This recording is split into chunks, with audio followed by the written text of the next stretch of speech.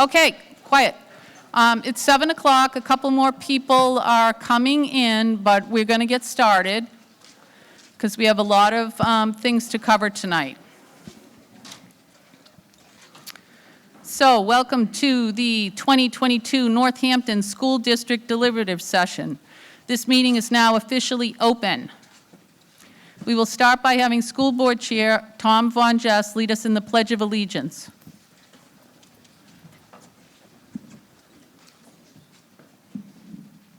I pledge allegiance to the flag of the United States of America, and to the republic which stands one nation, under God, indivisible, with liberty and justice for all.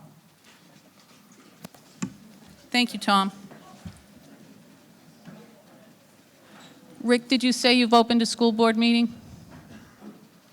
Rick, Stanton, you've opened a school board meeting? Budget, rather. Sorry. Okay, great. All right, let's start with some introductions. Our supervisors of the checklist tonight are Jane Morse, Kevin Murphy, Joanne Knox. If you haven't checked in already, make sure you check in. You need a blue card in order to vote. School district clerk behind me is Susan Buchanan. School board members to the left are Chair Tom Von Jess, Danielle Strader, Kate Belanger, Allison Ryder, and Martin Tavician. Principal is Susan Snyder. We also have curriculum coordinator Rebecca Carlson, assistant superintendent Caroline Arakelian, and business administrator Matt Ferrara. Legal counsel tonight is Bob Casasa. Chair of the Budget Committee is Rick Stanton. We also have members Frank Ferraro, George Chauncey, Brian Good, and James Sununu. I'm your moderator, Bobby Burns. Thanks to Stu Spooner and company for setting up the room, and John Savastano and company for doing the broadcasting tonight. The school deliberative session is our opportunity to meet as a legislative body. This is a gathering of all registered voters who wish to participate. This is not a school board meeting, nor is it a budget committee meeting. Those school board members and budget committee members are here. They are participating as registered voters, just as you and I. This is your meeting. As such, if you don't understand something or need clarification, please ask. At today's deliberative session, we will deliberate and amend articles. Actual voting on the warrant by casting official ballots will be held on Tuesday, March 8th, here at the school in the gym from 8 a.m. to 7 p.m. Accordingly, we may amend or modify, but not change the subject matter of any article. Discussion will be limited to what can be done at this meeting. We will not vote to put an article on the warrant. All articles, either as is or amended, will move to the official ballot. Each article will be projected on screen. The article will be moved to the floor and seconded. I will then recognize someone, most likely Matt, to explain the article. Others will then be allowed to speak. Some basic rules that we have. This meeting is of registered voters. Others may attend, but non-voters will generally not be allowed to speak. School administrators, even if they aren't registered voters, will be permitted to speak for purposes of providing information and clarification. Please come up to the microphone to speak. If you can't come to the microphone, let us know and we will bring it to you.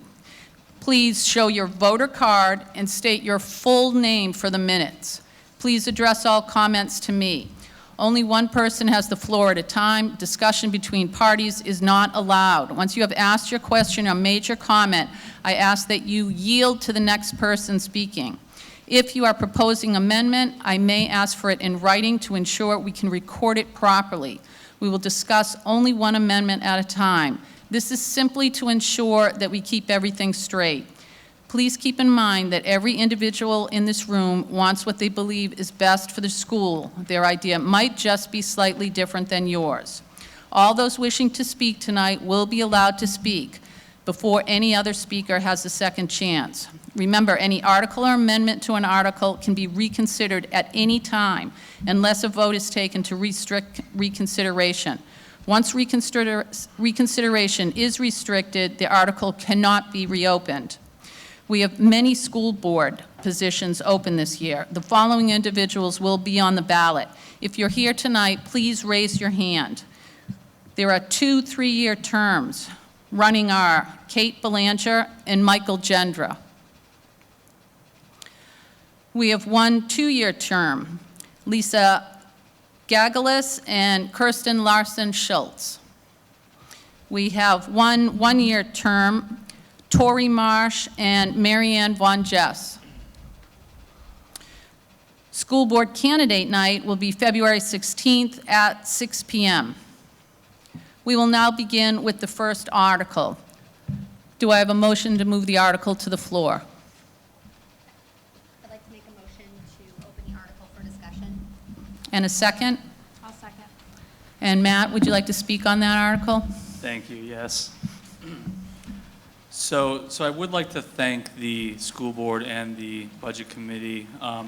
They really put a great deal of work, many hours in developing this budget, which we do feel is a fiscally responsible budget that does align with our core values and really achieves the purpose of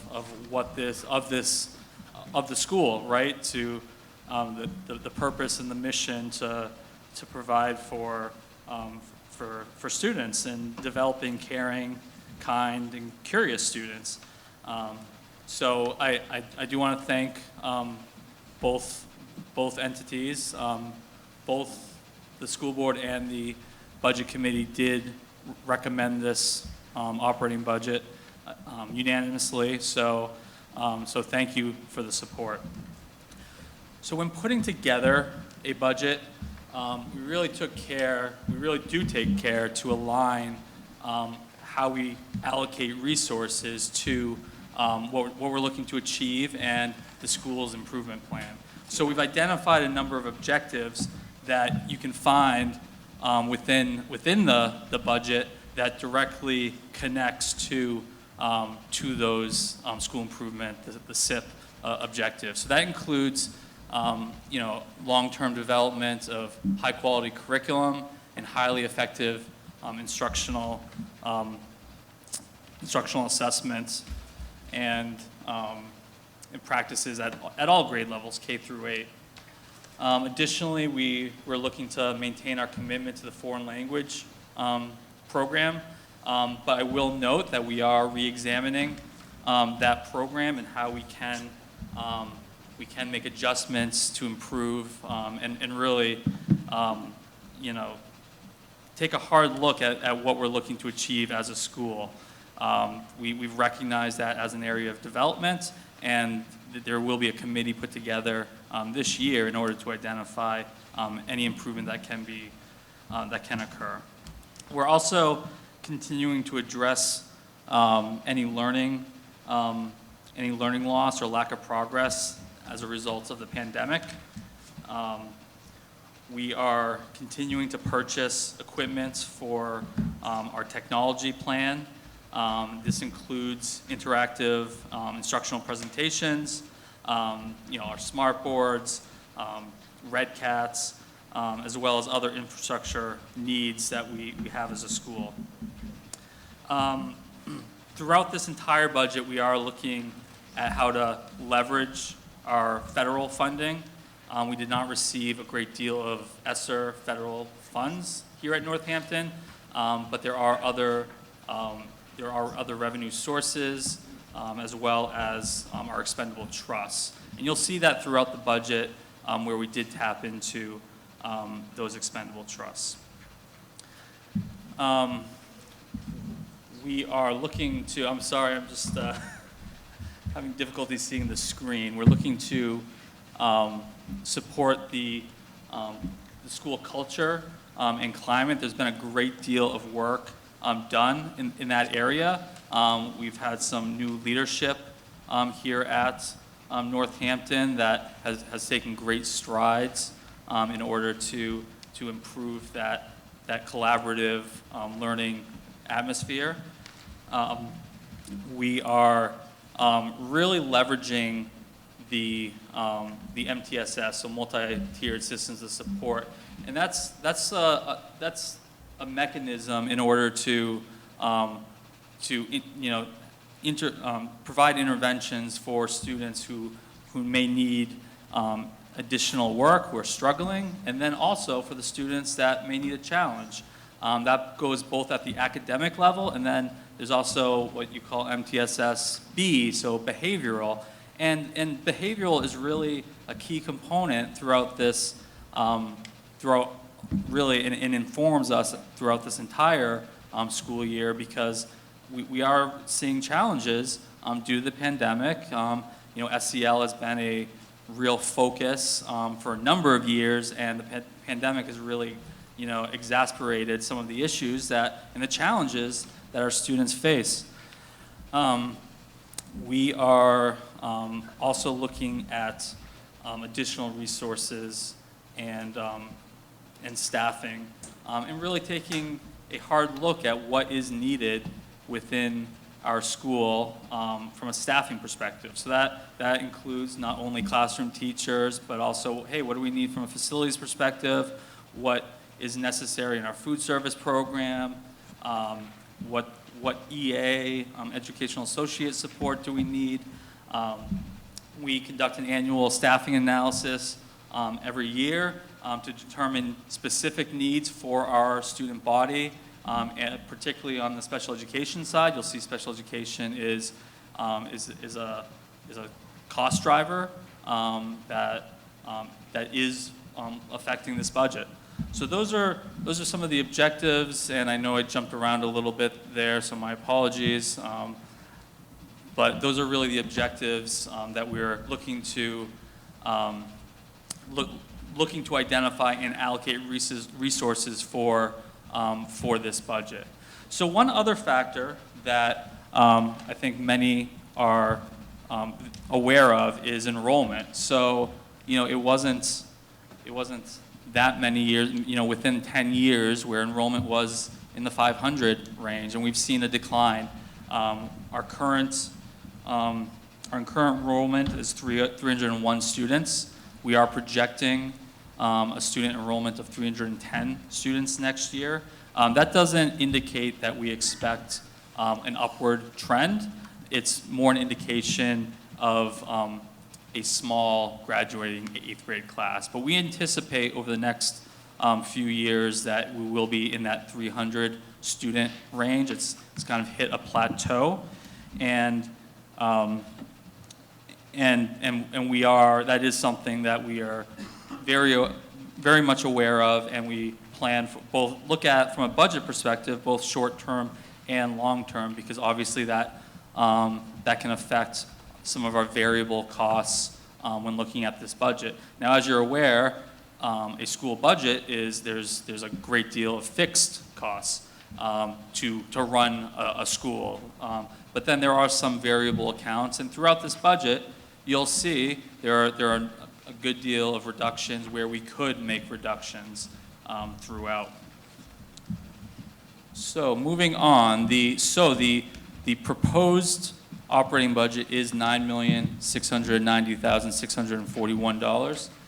This does reflect a 4.23% increase over the prior year, so this current 2021-2022 budget year.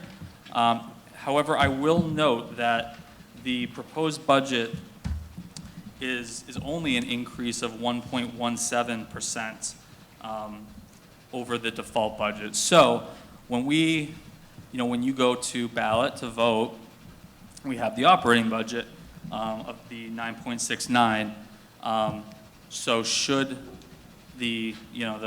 that warrant article fail, it will go to the default budget. And the default budget is the prior year's budget, plus or minus, or either reduced or increased, as it may be, by contractual obligations, by legally mandated items, by reduced by any one-time expenditures, reduced by any elimination of positions. So the fact that we only have a just over 1% increase over the default budget really speaks volume to the amount of work and attention that the school board and the budget committee took in this budget, and really, took a tack of reducing wherever possible, and I think it's a testament to the fiscal responsibility for this budget.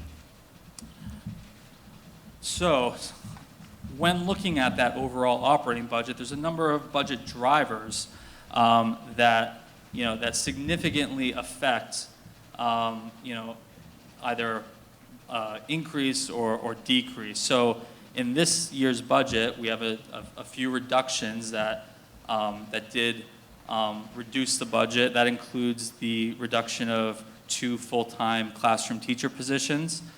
This is based on the school board recommended class sizes and is reflective of that enrollment decrease that I alluded to earlier. Additionally, there is a reduction of 3 full-time equivalent educational associates. And this is really based on student need as opposed to enrollment. Many of these educational associates are special education EAs, so they work directly with our students who require special needs, either on a one-to-one basis or in a shared capacity. And part of the staffing analysis is to take a look at, hey, what do our students need next year? What services do they require? How can we schedule those EAs in a creative way to optimize, their use? And it was determined that there was a reduction based on student need. So the largest driver for the increases on this budget really revolve around special education. So you'll see that we do have a budgeted addition of an intensive needs specialist position. That was actually a position that was hired this current year, again based on student need as dictated by their IEP. There was also a significant increase in our tuition account, and that's for out-of-district placements, as well as special education or transportation. So all told, those increases represent $395,448, which actually is more than the total increase of the budget, which was $393,480. So, should you remove the special education increases, we would actually be presenting a budget that shows a reduction from prior year. Additionally, we under budgeted our health insurance account, and this is a real nice tool that we set up a number of years ago because we have a healthcare expendable trust that was set up that I'm sure you've all seen that we've funded for potential volatility for health insurance premiums. When you look at education globally, the 2 largest drivers of educational costs are special education and healthcare. So Northampton had the foresight to set up this expendable trust, and this allows us not only to safeguard us with changes in employee benefits or staffing changes that increase premiums, but it also allows us to under budget our health insurance line item. So we under budgeted by $100,000 for our health insurance, knowing that we can tap into the expendable trust. Now, if we can absorb that cost somewhere else with some savings elsewhere, then that's great. But otherwise, we'll be going to the board next year to withdraw those funds for the anticipated shortfall. I'll also note on that line of thinking, so health insurance premiums, we receive a guaranteed maximum rate, GMR, in October. However, we don't receive the actual health insurance rates until March. Now, obviously, March is too late. It's after we vote. We don't know what that rate is going to be. So this allows us to hedge a little bit for any potential delta between the GMR, which sometimes it comes in at that GMR, and the actual rate. So embedded in the budget is cost of living adjustments for staff. So for schools, by nature, are staff heavy, right? The teachers are the teachers, and our educational associates and other staff with the talent. They're the ones that are educating our students. They represent the bulk of our budget, to the tune of 85% in staffing. So cost of living adjustments for our people have a big impact on the budget. There are 3 classifications of employees at Northampton. There's our teachers union, so that's C, and the community voted for a 4-year CBA a few years ago, and that calls for a 2.75% cost of living adjustment. Additionally, we have our CESPA union, which is our EA, our educational associates that I had mentioned previously, that are really at the front lines and working with some of our students with the greatest need. And their cost of living adjustment is 1%. Now, I will note that is kind of an artificially low cost of living adjustment, because as part of that CBA that was passed, we did negotiate to offer those employees health insurance, because previously they were not offered health insurance. Now, not only was that morally questionable, but it was also it was illegal under IRS rules under the Affordable Care Act. So it was a liability for the school district. So I will take this moment to espouse upon what a great value our educational associates are to our school district, and really indispensable. They will be having a new CBA coming up in a couple, not this coming year, but we will be bargaining the following fall, and we really do need to look at how we can address that issue, because we are becoming non-competitive when it comes to our EAs, and we're having a very difficult time hiring them because we simply do not pay them enough. It's a very low rate of pay compared to our direct neighboring school districts, particularly SAU 16, and I know Hampton has a CBA for SAU 90 this year that's calling for a 6.5% cost of living adjustment, which will bring them well above what we pay. So just to plant a seed, I hope we can count on all of your support for our EAs in the future. So the third employee classification is our non-union staff. So that includes our administrators, our administrative assistants, our technology team, our food service workers, facilities team, and we benchmark that cost of living to documented inflation. So we've benchmarked against the Consumer Price Index, CPI, for our geographic region. We go July to July of the prior year. So in this case, it was July of 2020 to July of 2021, and that rate of inflation was 4.3%. So those employees will be receiving a 4.3% cost of living adjustment.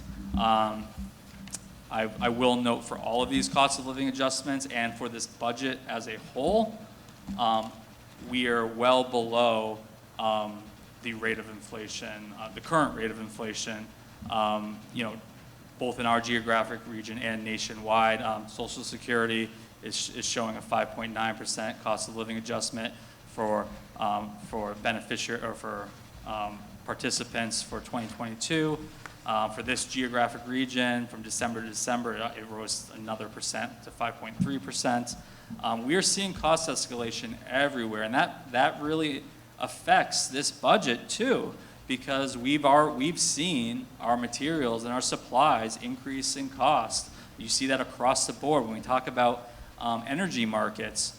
I'm sure you've all seen the cost to heat your home has increased exponentially, and we're seeing that seeing the similar factors here at the school with our natural gas contracting. Costs of food, your groceries, I'm sure, have increased, and we are seeing those same effects here at the school. So it really, again, I will emphasize that despite these large increases, we are coming in, significantly below those cost escalators. So now I'll get into the meat of the budget and go kind of department by department, give a brief outline the budget, any increase or decrease, and then the rationale or justification for that change. So the first department is regular education, which is really our largest cost, which encompasses many of our teachers in the budget, and that's $2,460,212. That's actually a decrease of just over $122,000, or negative 4.74%. So as I had mentioned earlier, one of our budget drivers was a reduction of 2 classroom teachers. Additionally, there is one educational associate who's not associated with special education, as well as reduction in our supplies, a reduction in our books and print media, and those were slightly offset by those cost of living adjustments per the C and CESPA collective bargaining agreements. On the special education side, I'd referenced the large increases there, and our budget is $1,798,513, which is an increase of $280,720. So you may, for you eagle-eyed residents out there, you may have noticed that that's not the $395,000 that I referenced as an increase for special education. That's because this does not include the increase in special education transportation, which you'll see, and speech services that are referenced later in the budget. But this is an increase of 18.5%, and this is primarily due to out-of-district placement. So those are for students with specialized needs that we cannot service here at Northampton. So we have to tuition them out to specialized school that can offer them services, whether it's medical related or various programming for those students. Additionally, there are cost of living adjustments and steps, as well as some staffing changes that we incurred. Those increases were offset by some decreases in professional services, a reduction of the 2 remaining educational associates, and that's all based on student need as dictated by IEPs. And I will note that those are legally mandated by state and federal law. And I will also note that we are a year out. So when we're looking at special education, we have students that services change within a year. We also have students that move into district or move out of district.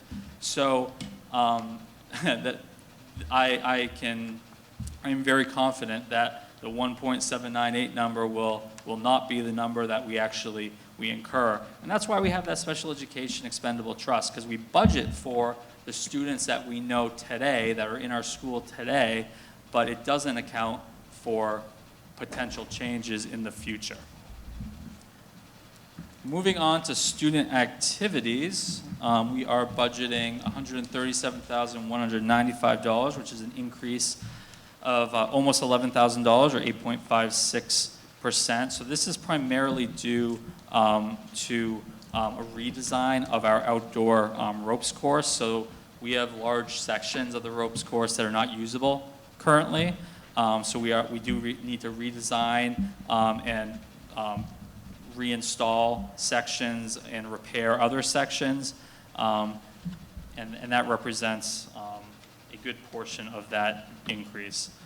On our guidance budget, we do have $90,133 allocated, which is an increase of just over $2,400, or 2.75%. And this represents the collective bargaining agreement, cost of living adjustment, and for our guidance counselor.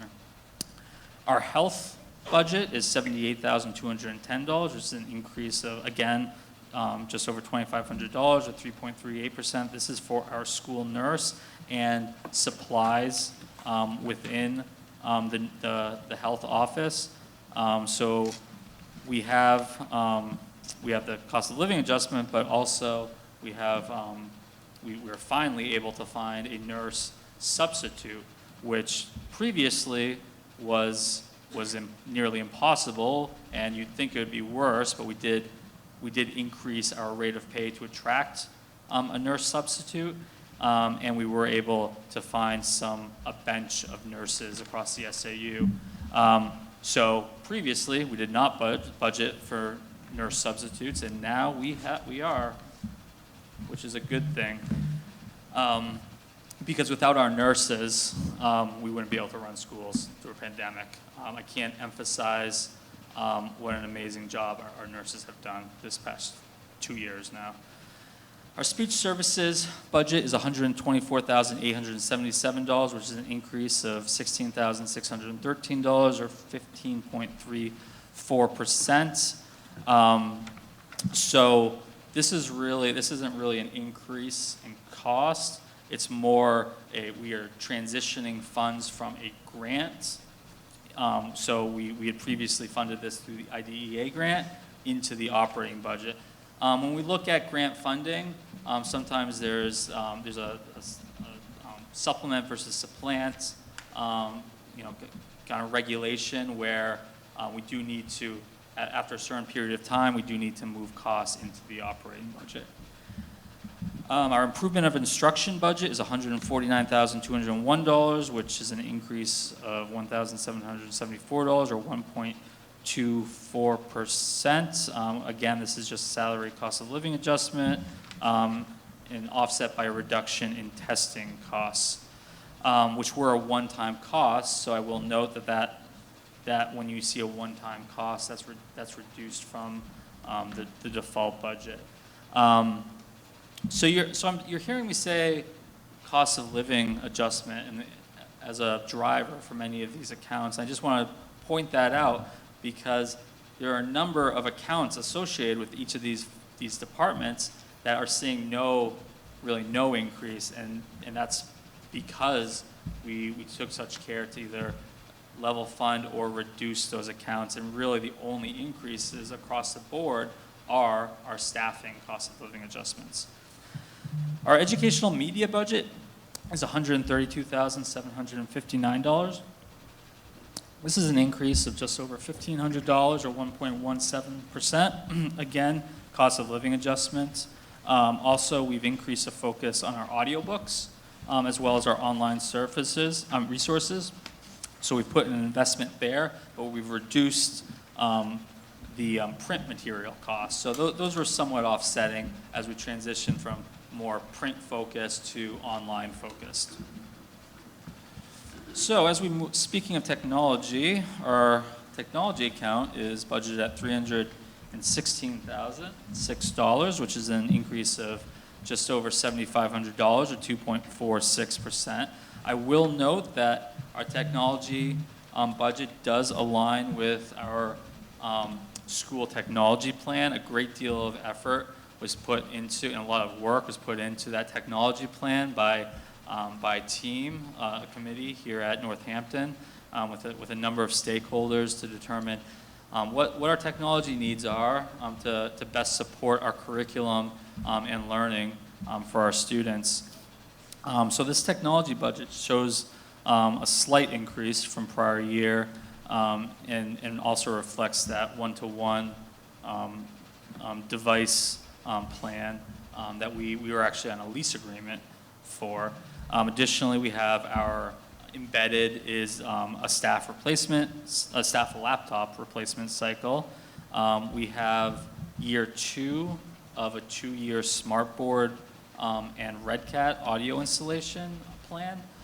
So smartboards are, this will complete those plans to install smartboards in all our classrooms, as well as RedCat. Now, for those of you who may not know a RedCat, because I certainly didn't know what a RedCat was prior to the first time Susan and Becca came forward and proposed it to me was it's a universal access for students for audio. So it's essentially you know, a microphone for all to better understand and work within the classroom.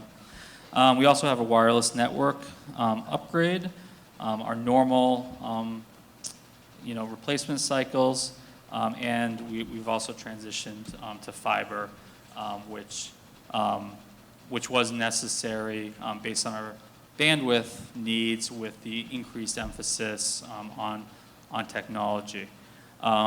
We do have a managed print services contract, and I will note that that shows an increase because there was a mistake, and it was mistakenly omitted from the prior year's budget. That's not actually an increase.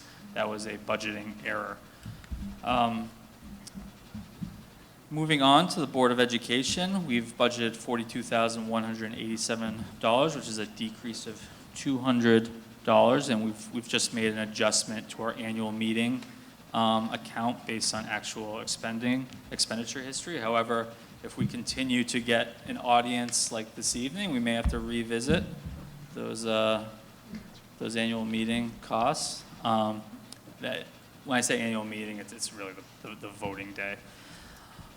So moving on to SAU services, we're budgeting $287,542, which is an increase of $3,746 or 1.32%. So SAU services is Northampton's contribution to the office of the superintendent. So that encompasses you know, the superintendent's salary, assistant superintendents, you know, the business office, finance, payroll, accounts payable, our human resources department. We implemented Power School a number of years ago, so we have a Power School administrator that we share across the SAU. We actually have an ESOL teacher that we share across districts, and that's really the mission of the SAU is to create these shared services, create some cost efficiencies. There's no need for Northampton to have a superintendent, Hampton Falls to have a superintendent, Seabrook, Winnicott. It's operationally efficient, and it also allows us to work together to prepare our students in a similar fashion from a curriculum standpoint when they graduate onto Winnicott. You know, we've done a great amount of work at the SAU level, not only on competency-based education and developing those QPAs, those rubrics, all those curriculum-related items shared across the entire SAU, but we've also done some program reviews. We started out with math this past year, and we're going to continue on to world language. I noted that world language is an area that we want to focus on here at Northampton, and then that will proceed to the other disciplines across the board. So, you know, that's our mission, while also really embracing and encouraging each individual school district's autonomy and individuality, their own culture, because we understand that each school district is unique in its own way, and may get to a certain standard in a different manner than another school district. I will finally just note that that this allocation is based on a formula utilizing property valuation and student enrollment. So the overall SAU budget, this roughly aligns with the increase of the overall SAU budget, which was essentially level funded this year. So our school administration budget is $301,101, which is an increase of $21,196, or 7.57%. And again, this is due to a staffing change, as well as staff cost of living adjustment and step increase. So when I say staffing change, What I really mean is, so someone's retired or they've left for some other reason, and then we hire their replacement. And in an ideal world, that's a lower cost, but in some cases, it's higher. It's a higher cost, and our philosophy is to hire the most qualified candidate, and sometimes that works to our advantage if that person may be less experienced, but sometimes if you find someone that is a higher cost, more experienced candidate. So moving on to our buildings account, we're budgeting $540,104, which is an increase of $38,306, or 7.63%. So this is, primarily this increase is primarily due to our renovations account. We're looking to add a workspace in our garage. So we would be doing that internally, in-house, but we do need to purchase the materials. And this is important because we need a storage area for some chemicals that really should not be located in the school. Also, it will provide an area for our facilities staff to do some maintenance. So that's very important. Additionally, we have increases in our property and liability insurance, in our repair and maintenance costs, as well as our normal cost of living adjustments. I had referenced energy costs, and natural gas is going to see an increase. We go out to bid this spring. Our contract ends in June, and from what we can tell, we do not expect any real improvement in energy markets by that time frame. So we'll have to look at the length of term. We do issue an RFP across the SAU to achieve some quantity of scale and optimal pricing.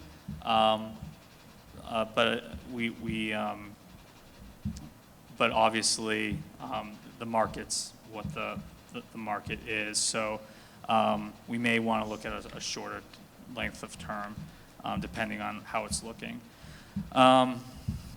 So moving on to grounds, we're budgeting $45,340, which is an increase of just under $8,700, or 23.71%. This reflects the 5-year replacement and refurbishing of the softball, baseball field, infield sand mix.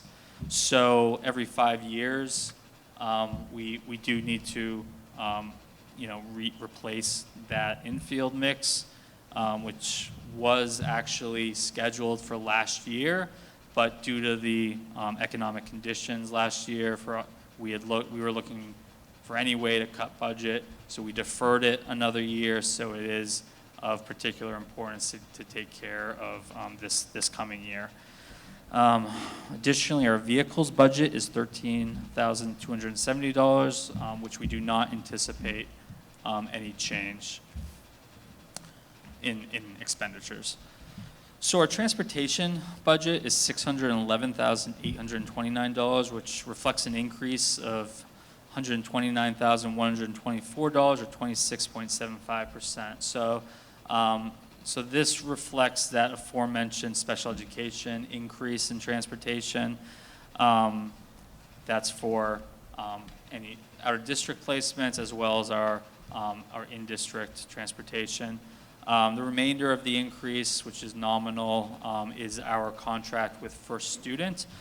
First Student supplies our regular, our daily routes, as well as our athletic trips, our field trips, and then other transportation costs. And when I say other transportation costs, that would be for students that are in foster care, students that may be homeless, or maybe it's a math team meet, those type of expenditures.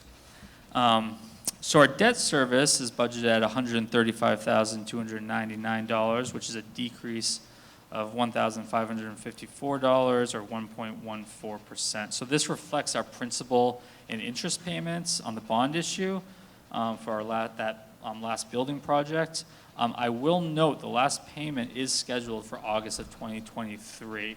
So that's important, or exciting, as the case may be, because we will see a decrease of about $135,000 from the budget when that bond expires.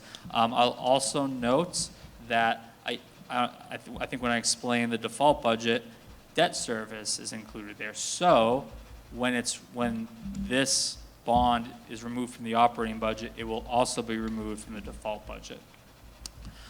So our employee benefits is budgeted at $2,203,499, which is a decrease of $25,208, or negative 1.13%. So this is,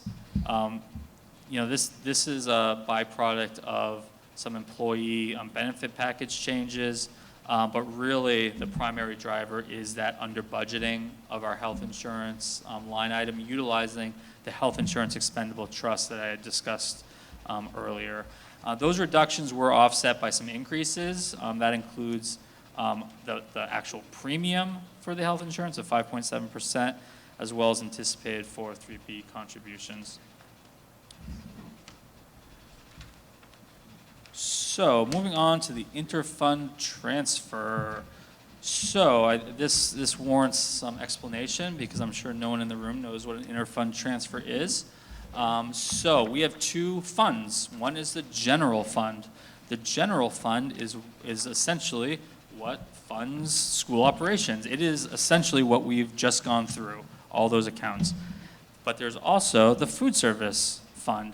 Now those are two distinct funds that are not commingled, because the food service fund is supposed to be self-sufficient or self-funding via revenue. So we receive revenue from the National School Lunch Program, so USDA reimbursement for any students that are on free and reduced plans, as well as any revenue that we receive from students or staff purchasing lunch.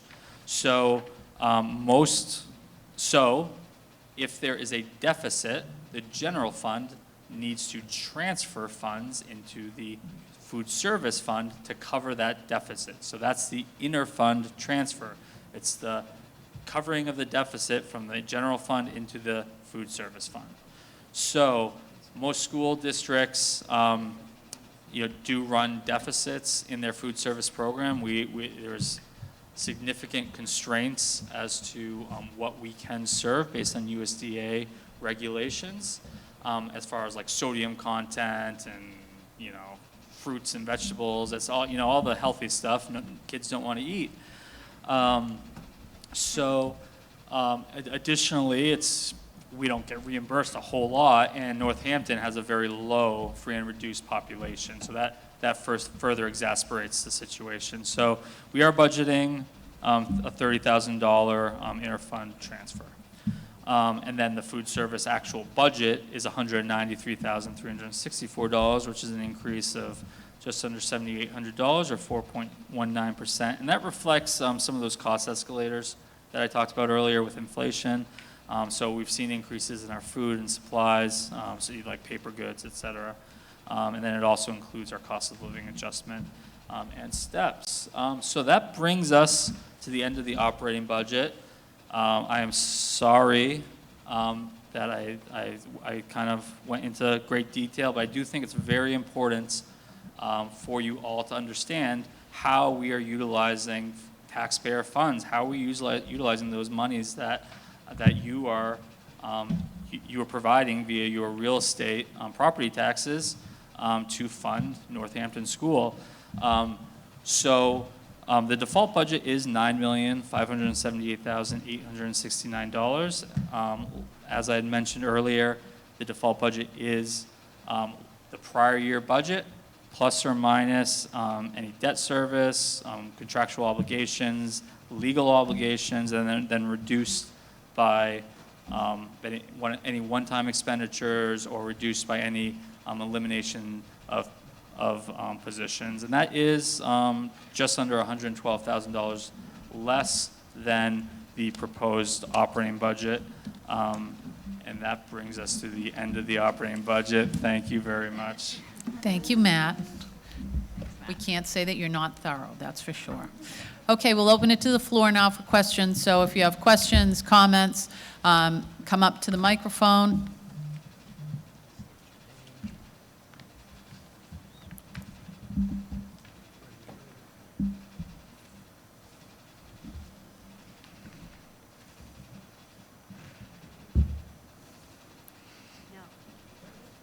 No.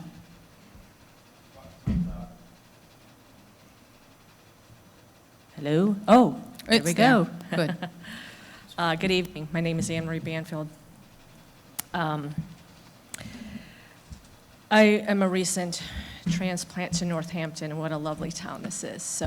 And I first want to thank you for all that you do up there. I know that it's a voluntary job, and so I very much appreciate your service. I did move here from Bedford a few years ago and moved to the Seacoast. And as I look at the budget and as I look at the enrollment, the projected enrollment, and the cost per student, which is around $30,000 per student, it's quite a shocking number, especially when Bedford's at $18,900 with their proposed budget. It's a shocking number to I think, people from the outside coming in. I think teachers are certainly our greatest resource in any school district, so I want to make that very clear that I appreciate all that they do too. So as I was going through what was placed up there, I was just making notes, and so I'm here to challenge. If you're going to charge $30,000 per student, I think we should be getting the absolute best. And I'm not saying that we're not, but I think that I want to bring some things forward to maybe offer some feedback that maybe challenges you to maybe look at things different in the future and maybe make improvements. Maybe there's ways that we can make improvements. For instance, you put the goals up there, high quality curriculum and assessments. Are we using curriculum that's aligned to Common Core and the next generation science standards? Because if we are, there's some serious flaws with that, and I think that we need to know that those flaws have been addressed, and that they are that we're using curriculum that is truly the best. Do we? Anne, are you looking for answers to your questions, or are you That would be just great. Can I go commenting? through this, and then if they have answers, maybe answer them at the end? That way we can just, maybe they can just bullet point those off. Okay, and they do all relate to specifically to the budget, right? Right, but I want to give some feedback because, again, if we're going to spend $30,000 per student, I want to make sure that we're doing it wisely, and that's my goal.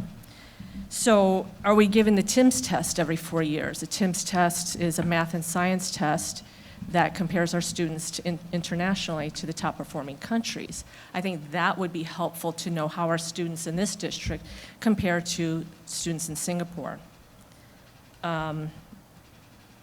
How many students are in 8th grade algebra? That should be the gold standard. It's the gold standard in Bedford. I don't know if you know that answer, but I would love to know that answer. How many of our students are in Algebra 1 by the time they reach 8th grade?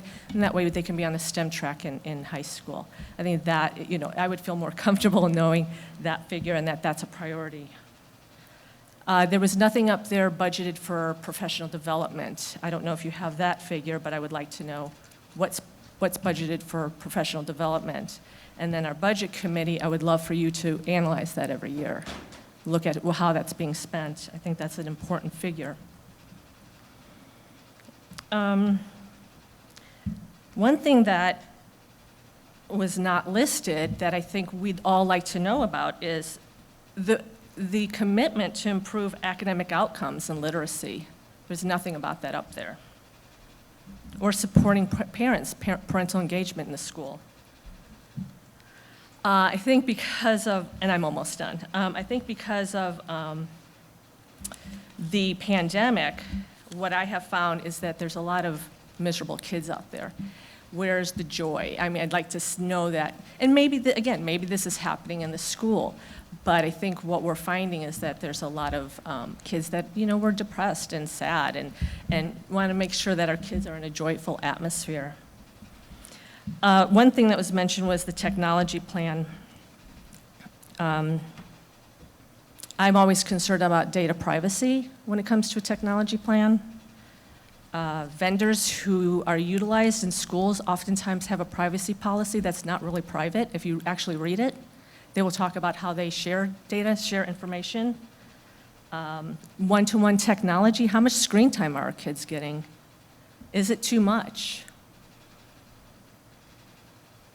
And finally, just a couple last points. We pay dues to the New Hampshire School Boards Association and the School Administrators Association. These are lobbying organizations that oftentimes lobby on bills that do not represent me and probably do not represent many people in this district. So I have a problem paying dues to an organization that lobbies through the school budget. I think that if they're providing policies for the school, that's one thing, it makes sense. But if we're paying for lobbying that doesn't serve all parents or all residents, that needs to be looked at. One thing that you didn't show, and I would like to know this, is the breakdown of students who are tuitioned out. Not personal information, of course, but how many students are tuitioned out? What is the cost per student in terms of the tuition and the transportation? I think we need to see exactly that amount. And I think that is all I wrote down. I want to thank you again for your time. Thanks. Is that information? Go ahead, Tom. Tom, you might grab that microphone. So that's a lot to unpack. Let me see what I can do. Can you hear me okay? Okay, perfect, thank you. So a lot of those are great questions, and they're the type of questions that we discuss as a board with the administration and with the SAU on a regular basis. And I would encourage you to participate if you ever have a chance at any of the school board meetings, or watch it on Channel 22 because John puts it on every month. I was kind of taking some notes here, and I'm going to kind of bind some things together, and we'll loop back with additional information. But when it comes to testing, yes, we test our students. I can't tell you that we use the TIMS test and are looking at them overseas, but we test them on a regular basis, both in the classroom in order to make sure that they're progressing, in order to make sure that it ties to professional development, and to make sure that we provide additional resources as we can. As a matter of fact, 2 months ago, there was a presentation at the school board where our math teachers came in and explained exactly what they do and how they do it. Last month, there was one regarding science. Regarding literacy, there was a presentation, again, I think 2 months ago, about literacy and exactly what our teachers are doing for competency-based education in delivering that. You are absolutely right. It has been an incredibly tough time, and students have been, and teachers have been affected by the pandemic. We've had an amazing work being done by our teachers and our administration to make sure that we keep our schools open, to make sure that children are being cared for. We talked about Nurse Mara earlier. She's doing an amazing job as well. And it's been the single focus is to make sure that we're taking care of our students. And it's all tied around social emotional learning, which is integrated with the curriculum and part of what we work with the SAU on kind of across the board. With regard to data privacy, great question. We do have a data privacy policy.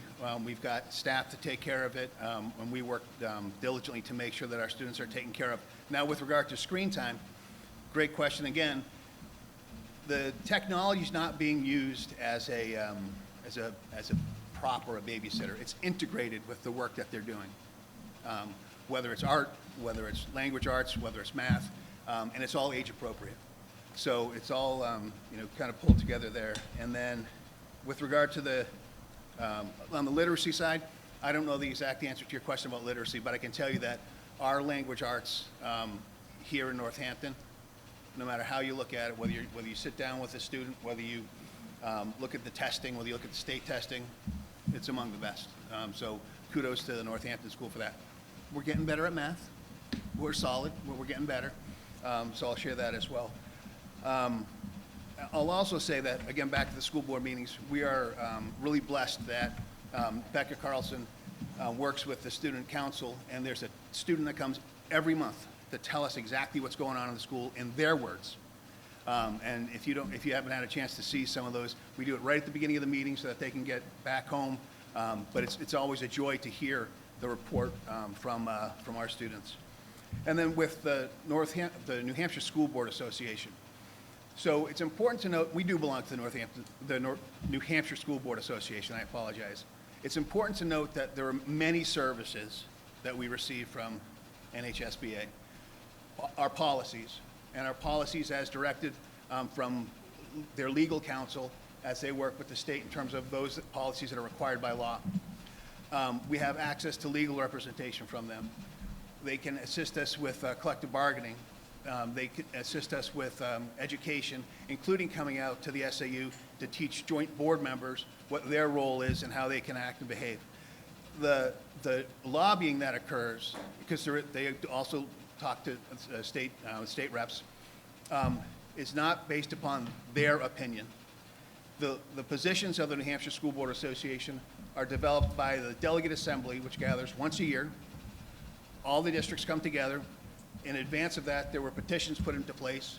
The Delegate Assembly votes on those petitions. If they're approved, then they come back the next year, and I believe it's for 3 years they have to be voted in by the Delegate Assembly before they become the position of the New Hampshire School Board Association. So it's not our opinion, and we're not all going to agree on everything. But the services that they provide and the access that they give us, I think it would be foolhardy to throw the baby out with the bathwater, right? And not receive the services that they deliver because we don't agree with a position or two. We're not going to agree with everything. So there's a lot there. You ask great questions. You should be challenging us. You should be coming to the school board meetings, right? Because that's where this conversation should really happen, all right? Thursday night, first Thursday of every month, except for next month. So there you go. Any addition? No, you hit everything. I'd add one point, sorry, thanks. Just to your point around curriculum, you had spoken about, are we using the best curriculum? And I just want to clarify, there is no classroom teacher or there's no perfect program. There are a variety of programs that are available to provide instruction to students. The work of a classroom teacher is not to sit there and dole out scripted curriculum. So I just want to be clear that would never be in the best interest of students or the school. What we hope for in our teachers is that they have enough support and autonomy to make instructional decisions based on best practices.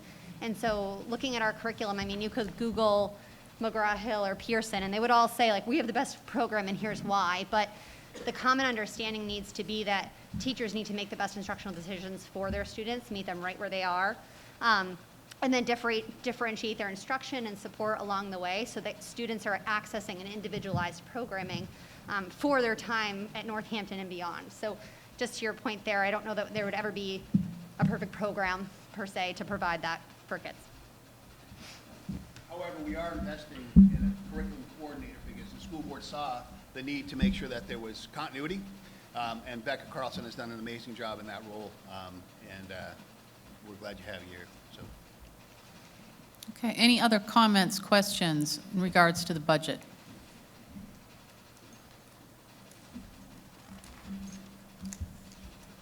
Good evening, everybody. My name is Tracy Emerton Williams. I live on Walnut Ave. I too wanted to thank everybody for your volunteer services on the school board and on the budgets committees.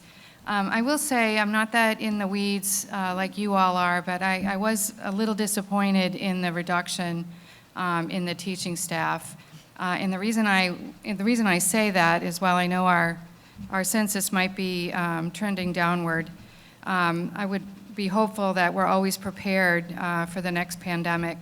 And if we have to go back to remote learning, that we have the resources available to handle that kind of situation. And the reason I'll say that is I'm a very proud graduate of this school in 1977 fact, I remember I played the pumpkin up there for one school play. And then graduated from Winnacunnet in 1981 and went on to get a Bachelor's of Science degree in IT, and then rose through the leadership ranks in state government in the IT role. So I've been at the top of state government, and I have seen what happens when you invest a lot of quality money in the early stages of someone's life.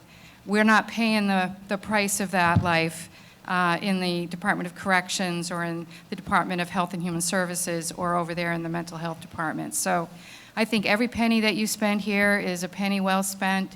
I encourage you to consider keeping staffing as high as possible to account for things that we can't see right now. And the reason I say that too is because in particular, I remember in 2005 when I was the Chief Information Officer for the state of Rhode Island, it was post-September 11th, and the Department of Homeland Security had given us a lot of money to do disaster planning. And one of those disaster scenarios was a pandemic. And in 2005, there was no way we thought we would have to plan for a time when our employees couldn't get to work because either they were too sick or they were caring for somebody sick. And then 15 years later, here we are at the tail end, hopefully, of this pandemic, and I hope planning for the next one. So thank you for your efforts. I appreciate that. Do all that you can. I know you spend our money wisely, and thank you very much for the service you give to the children of our town. You want to comment on that? If I may. So Tracy, thank you for your comments. You are spot on, and it's important that we make sure that we always consider staffing and the people that are involved. We were very careful in the process, including making sure that we looked at kindergarten and first grade staffing levels to make sure that we had smaller class sizes there, still within policy, and then we're responsible in terms of working within the policy across the rest of the class sizes. We did review the policy on class size this year. You're right, we need to be careful, and it's a balance because we need to make sure that we're delivering the best service and being fiscally responsible. But I appreciate your comments. Any other comments or questions on the budget? Come on up. Hi. My name is Lisa Gagalis. I live on Post Road. I know many of the faces in this audience, and thank you for proposing such a detailed budget. I think it's important to know what's being proposed and how our money is being used. And I read every single detail of it before I came here tonight, and it was helpful to even get into more details, so thank you. You know, I wanted to speak up and provide my support for the proposed budget. I am a little dismayed that there are some cuts. I hope that we can lose some of that to attrition and not actually have to make those cuts. That would, you know, be one thing that I'd be hopeful for. But I also wanted to remind everybody here that, you know, your town is truly only as strong as your school, okay? I grew up in this town. I went to Northampton School. I sat on that stage and graduated from 8th grade, went on to Winnacunnet and then UNH. So I'm very much, I wasn't born here, but bred in New Hampshire. I currently send my kids to school here, and I send them to school along with 12 other people I graduated with. Like, that's insane. There are 12 of us who came back to this town who thought it was worth paying those higher home prices and those higher taxes because it's important to be in this town to raise your family. And we did that because this school is amazing, you know, not because of the ocean. There are plenty of towns around here who have an ocean with much lower taxes and home values. I get that. But we came back because we know what it means to go to this school, because there are people in the budget committee and the school board who invested in our generation, and we were able to go on to become, well, I think, well-rounded adults who contribute to society. You know, I know that there's a concern about the cost per student. And I like to do my research before I come up and speak or even propose something. And so I didn't look at Bedford, I apologize, but I did look at the towns that surround us. And if you're looking at the different proposed budgets for Hampton Falls and Southampton, and even Seabrook, we're right in the middle of the pack. We're right at that average. And, you know, it costs more to live in this area. It just does. You know, we're going to pay our teachers a little more because it costs more. And I don't think it's outlandish to spend the money that we are, especially on our future generation. So thank you, and have a great night. Any other comments or questions? Bobby, do you mind if I address one item? Sure. Thank you. Go ahead, Matt. Per pupil expenditures have been brought up. This is the second time during this evening. I just want to clarify. So, you know, I think it's common to take a look at the overall operating budget and then just do a simple, divide it by the number of students. But that's not really apples to apples when you look at costs. The New Hampshire Department of Education actually does that exercise, and they do publish per pupil expenditures in a standardized fashion. So they align it across all school districts. They remove tuition as well as transportation costs to really create a standardized per pupil expenditures. And when you look at Northampton, it is on the high end, absolutely. We're on the seacoast, we have higher costs, but we're also 18th in the state of New Hampshire, which I think is very appropriate. You could make the argument we should be higher. So I think we do need to put it in perspective of what costs, what our current costs are. I had mentioned inflation previously.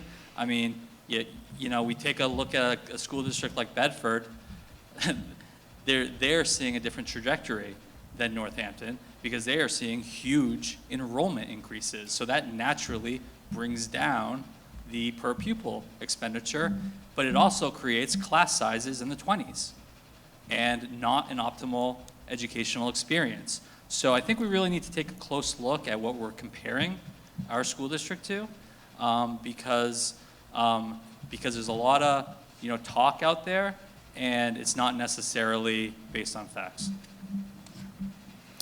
I think there was a comment in the back over here.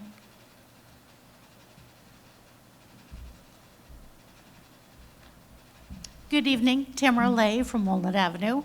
I just want to echo the words that previous speakers have said about thanking our board and our budget committee and our select board and our community as a whole. You really have made a huge difference, and I don't think you get thanked enough. You might not hear of the success stories. I do have two questions, but I just want to have a quick comment. I served in the State House on the Education Committee, and I can't tell you for 4 years how proud I was of our town. I would hear testimony day after day, bill after bill, about all of the problems and the issues that other towns are grappling with, and I was so proud of what we do as a community. You should all feel very good, both at the elementary school level, the middle school, and the high school. I was a parent of a child who had to transition into high school during the pandemic, and that was a challenge. And there were additional challenges around special education. And this community stepped up. They made sure that not just my child, but all of the children who required a little extra help get that help, and they are thriving. They are doing fabulous at Winnicott.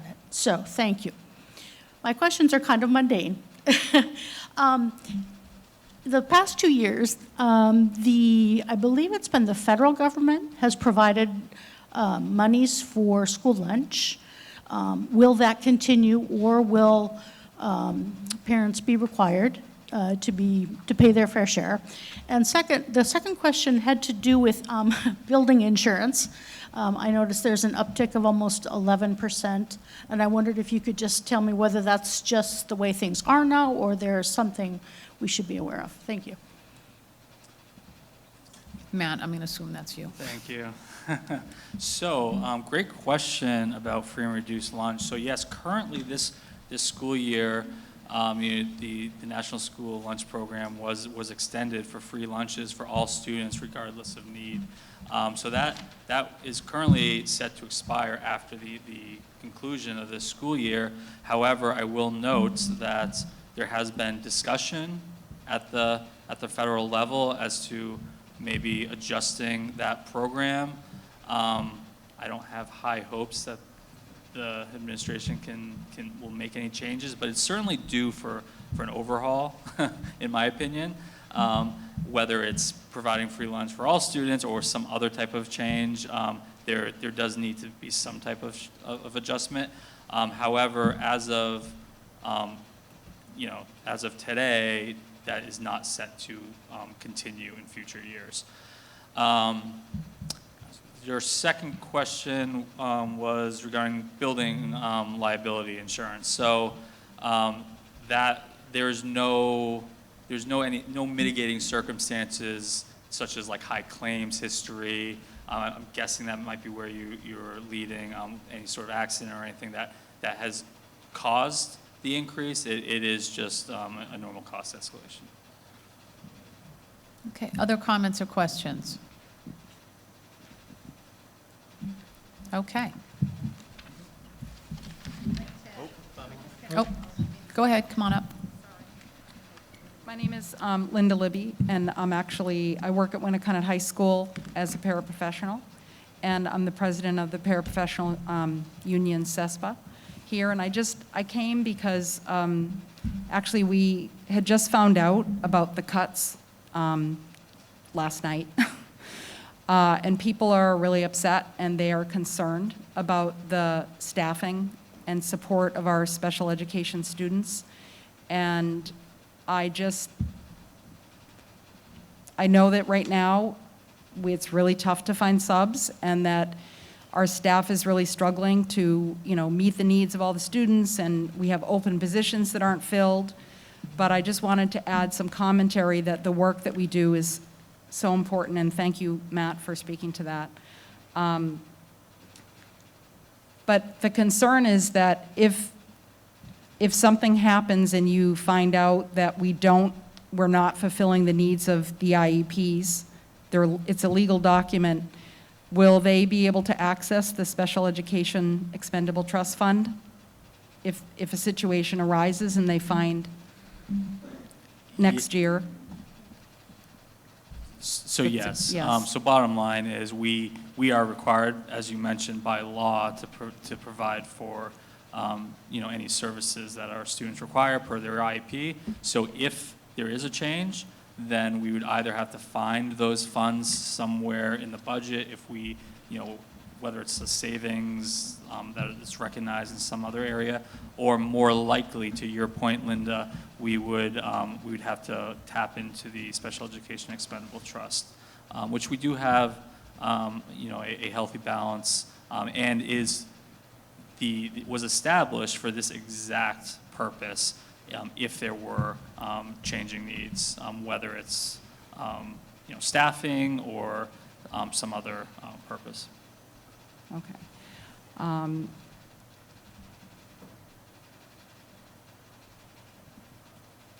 I just want to say thank you to all the board members and the budget committee, because I know that you guys put a lot of time and effort into planning these things. And I want to tell you that this school, Northampton School, is an incredible school. I work at Winnacunnet High School with your students that come up there. And these kids are well prepared. They're doing great things. They're going great places. And, I have the privilege of also being like an alumni networking liaison. So I track these kids and stay in touch with them. And, I have one young man who is a 30 years old biomedical engineer PhD from MIT and Harvard, and he just founded a medical device company as inventing a competitor to the EpiPen. 30 years old. So that's just one little small story. We just love all the great stories. So you guys do a great job here, and thank you so much. Okay. Anyone else?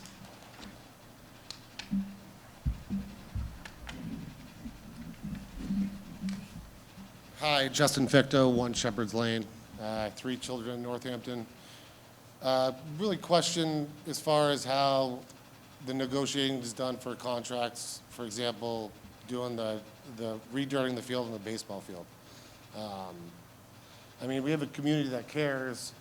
Obviously, if there's a way ability to save some staff members by me and I'm sure a bunch of us in here grabbing shovels, let's go. Is there children that don't have the funds to have lunch and we're budgeting too much of that we need to lose staff members for it? I'll sponsor kids right now. I'm sure everyone in here will also. Like everyone said, we're in a high-end town, in a wealthy area. Utilize us. Ask, who's making the phone calls, to the lumberyard? Who's taking that time to do that? I negotiate for a living. That's what I do. Give me some numbers to call. Tell me what you need. But it's, you have a community, use us for the better. If there's any way I can help, if you need to grab me a shovel, tell me where to be and when. That's where we can save money. I feel like I do budgets all year. There's built in, it's easy to take the quickest one that says, yes, I'll get it done, whatever the scenario is. To save money, I'm not saying you guys don't, because I don't know what you guys go through. But there's a way to save money, get jobs done, use the community to get it done. And I'm willing to help, so most of you guys know how to get in touch with me. All right, thank you. Thank you. Anyone else like to comment? Come on up. Hi, Sarah Maloney, Goss Road.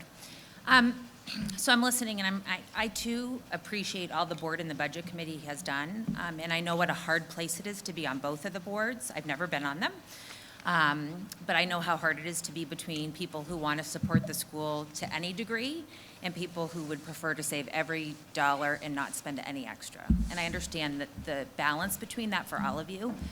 I am equally concerned. I understand. I work in education. I understand the special ed budget very well, and that's all legally obligated. But I'm also concerned that I sat on the committee years ago about class size, and the intention of the recommendations of class size at that point was based on a philosophy that not only do Northampton have teachers, but we also had EAs for not only specialized instruction, but for every student.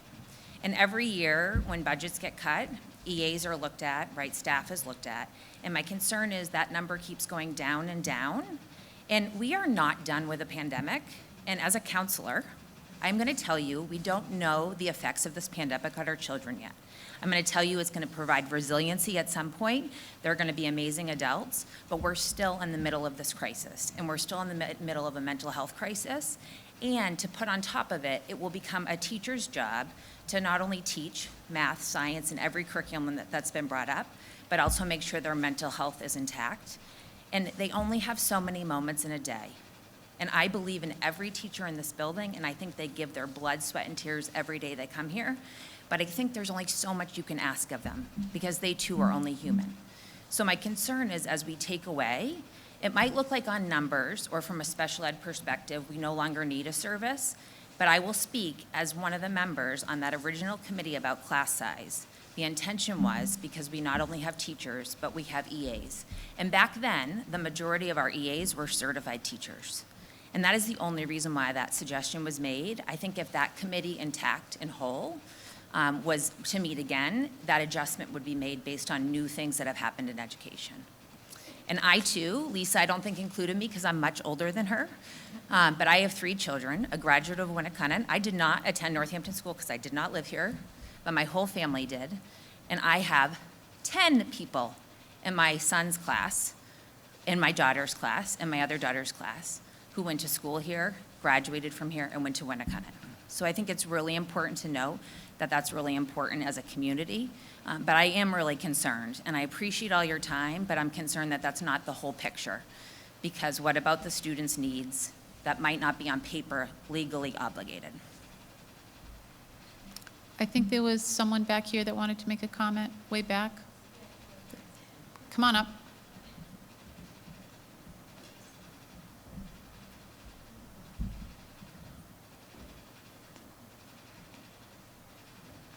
Hi, my name is Wendy Wallace. I live in Northampton, Exeter Road. I hate public speaking. Put me in a room of elementary school Don't kids. worry, it's okay. That's my target audience. They'll think I'm funny, but this scares me to death. You'll be okay. I hate this. Anyway, Got it, Wendy. thank you, thanks, Danielle. Thank you, Sarah. Thank you, everyone up here. Obviously, everyone said that. I echo it. Thank you, anyone who has spoken to the EAs and the cuts. I'm in the unique position. God, I wear too many hats. I am an EA in this school. I have 2 children in this school, one who also has an IEP and receives services. I'm on the PAL board, and I, this year, became the building rep for our union because I love my fellow EAs too much, and someone needed to be their voice, and again, not good at this, but still, someone needed to be a sounding board for them. And so, as much as I hate it, I'm here now to continue to be that voice for this amazing staff. And I just don't know if everyone in this room really understands the role of EAs and how important they are. I mean, and again, it doesn't need to be said how important our teachers are. We know that. We love our students. We love our teachers. Like, that all goes together. And we're here for them. We're here for the kids. And we just, on a day-to-day basis, in the last couple of years especially, last year there were cuts, and then we were short, and then we needed to hire. But we were short. We didn't have subs because we couldn't have subs because of the pandemic. We were your subs. We were the ones. And we were on an island. We were, with these kids trying to get them through the ones that we had documented IEPs, and then the ones that we're now looking to say, oh gosh, what are we gonna have to worry about with you? We were the ones panicking of the kids that were home during remote learning that we knew didn't come to lunch with a snack, that we knew didn't always have a coat, that we knew were all home on a device and probably not getting outdoor time, that we want to make sure that they got. Like, we cared about these kids. We care about them just as much as anyone else. And I feel like the cuts constantly come for us, and I just feel like right now, as was noted, there's 3 unfilled positions, and we're hemorrhaging, and we're trying to cover each other. We're always here for each other. We're always trying to make sure the needs are getting met, but continuing to cut, and as it was said, with the pandemic, needs are rising. Like, yes, we're in the room legally for the students that have IEPs, but if you think that those are the only students in the room that need us, you're very wrong. And if you think that we sit there and say, you don't have an IEP, I'm not gonna help you, that's just not true. Because we love the whole class, and we want to support our teachers, and we are the extra eyes in that room. And we are the extra eyes at recess, and we're the extra eyes at lunch. Our teachers have prep times that God knows they need, because half of them are working till midnight. But when they have those prep times, we have the opportunity to be with the students. We're the ones that know maybe the little drama that's going on with these girls, or hey, this person hasn't been talking to their friends for 4 days. Maybe we should look into that. Maybe we should see if they're okay. Hey, where's your sweatshirt? Where's your jacket? Like, we're doing that. We're those extra set of eyes. We're like the nurses to doctors, and it's just, we're needed. And we continue to be needed. And in our classroom now, we're, and I'm speaking on behalf of everyone, I'm not getting specific, but, there are kids that didn't receive an education last year. Maybe they were homeschooled. We don't know the quality of that homeschool. And now they're on to the next grade, and we're having to support them whether they have an IEP or not. We're in that room. We need to be in that room. And the teachers need to be up there giving instruction, and we need to be those eyes in the room for all these kids, not just the ones that were, trying to meet the needs of IEPs and days that it's almost impossible to do that because of staff shortages. So to discuss cutting more when, I have personally and all of my coworkers have experienced the shortages these last couple of years, and every time we're cut and every time, I just don't understand that. I have a problem with that because, again, the needs are just going to keep rising. And we'll be here for our $20,000 a year. That's not actually livable to live in Northampton, in case you're wondering. It's not. So when you're talking about cutting 3 EAs, that's like $60,000. That's, you know, the amount of money that could be cut in other places. And I do appreciate you mentioning coming forward as a community, because we are a great community. I'm a part of this community, and I know, being on PAL, that people will step up, but those people aren't in the classroom. Some of you don't even have kids in this school, so you don't know what goes on the way we know what goes on. And I'm just asking you to consider that. Thank you, Wendy. Thanks. Anyone else? Come on up. Lisa Gallagher. I just have a question because I don't know. What is the teacher-student ratio and how many TAs are in a classroom? Just curious. Does one of you want to answer that? So I apologize.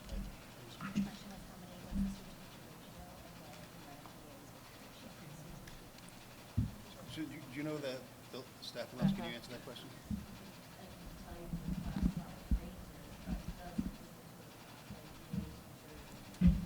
Susan, you can come up, if you come up to that and talk about that range.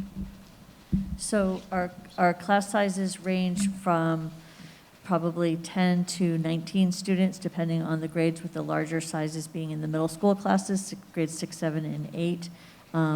Each classroom right now, for one reason or another, has one EA in the elementary grades.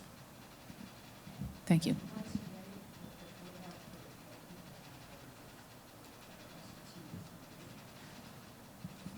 So One the in each EAs, class. in most cases, are there to support students with IEPs, with the exception of kindergarten. And in kindergarten, there's one in each class, regardless of special education needs. So in one of our kindergartens, there actually are 2 EAs. One's for special education and one's the regular ed EA. In the other grades, all the EAs are there for special education support. Any other questions or comments?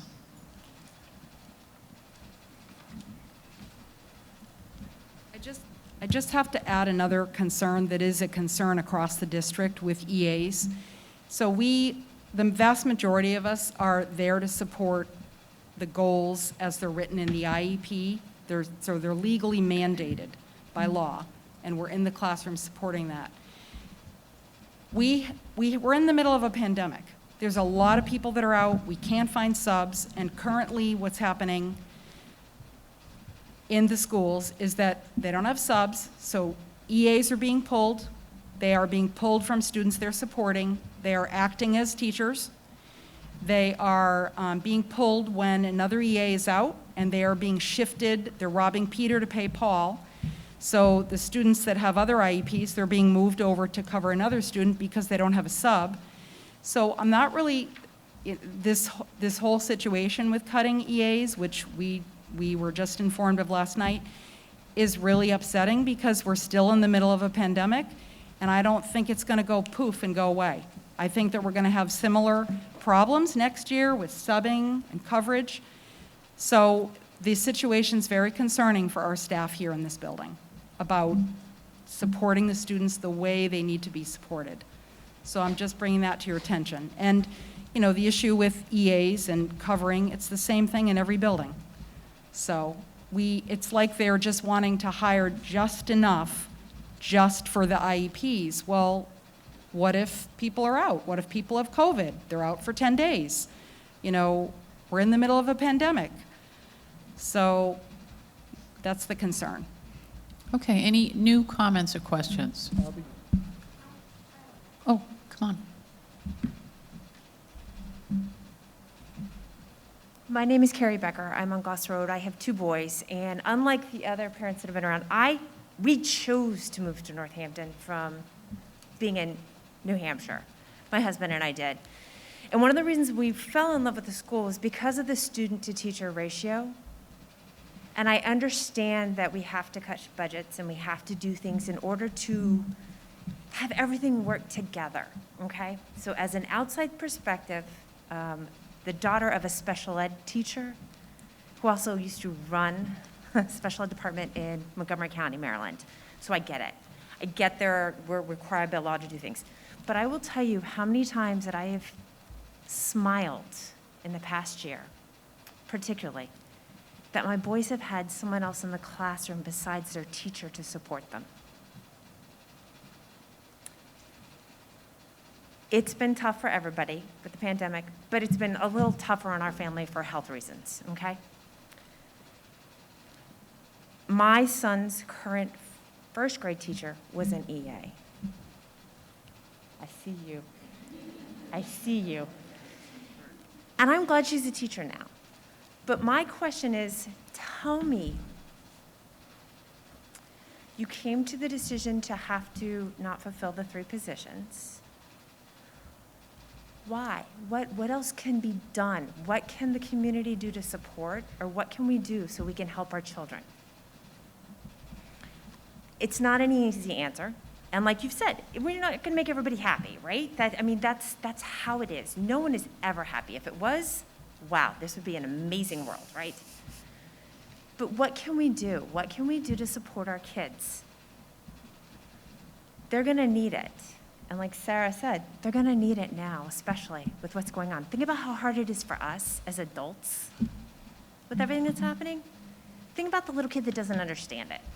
So if we have more people in the classroom supporting, we're preparing them, like you said, preparing, and it's not just testing, but we're preparing them. We're preparing them for the world. So can you tell me something that we can do to help so that we're not having to decrease the number of staff in a class? You may not have an answer. I put you on the spot, but it's just, I'm talking from my heart. It's just, personally, it has helped in my family to have multiple. When my oldest was in Mrs. Haas's class, she was able to go for walks with him because there were other people in the classroom to help manage. When they need to have a mask break or to go outside, there's someone there. There's not just one person. Imagine being a parent of, a single parent with 5 kids in your house and going, how do you manage that? Someone always falls through the cracks. Tom, did you have a comment there? Yeah, so, and I'm only speaking for myself here, but as a board member, I hear you all loud and clear, and I value all the work that the teachers and the EAs do in every classroom, in every day. And I wish we could have multiple EAs in each classroom. It's not always reasonable, and it's not fiscally responsible. We have to kind of find that balance, and we work diligently to try to find that balance, listening to the administration, looking at what other towns are doing, looking at class size. We really are still blessed as a community to have really advantage on the class size. And then, we listened to make sure that in kindergarten we have the extra EAs, the classroom EAs, not just assigned to an individual.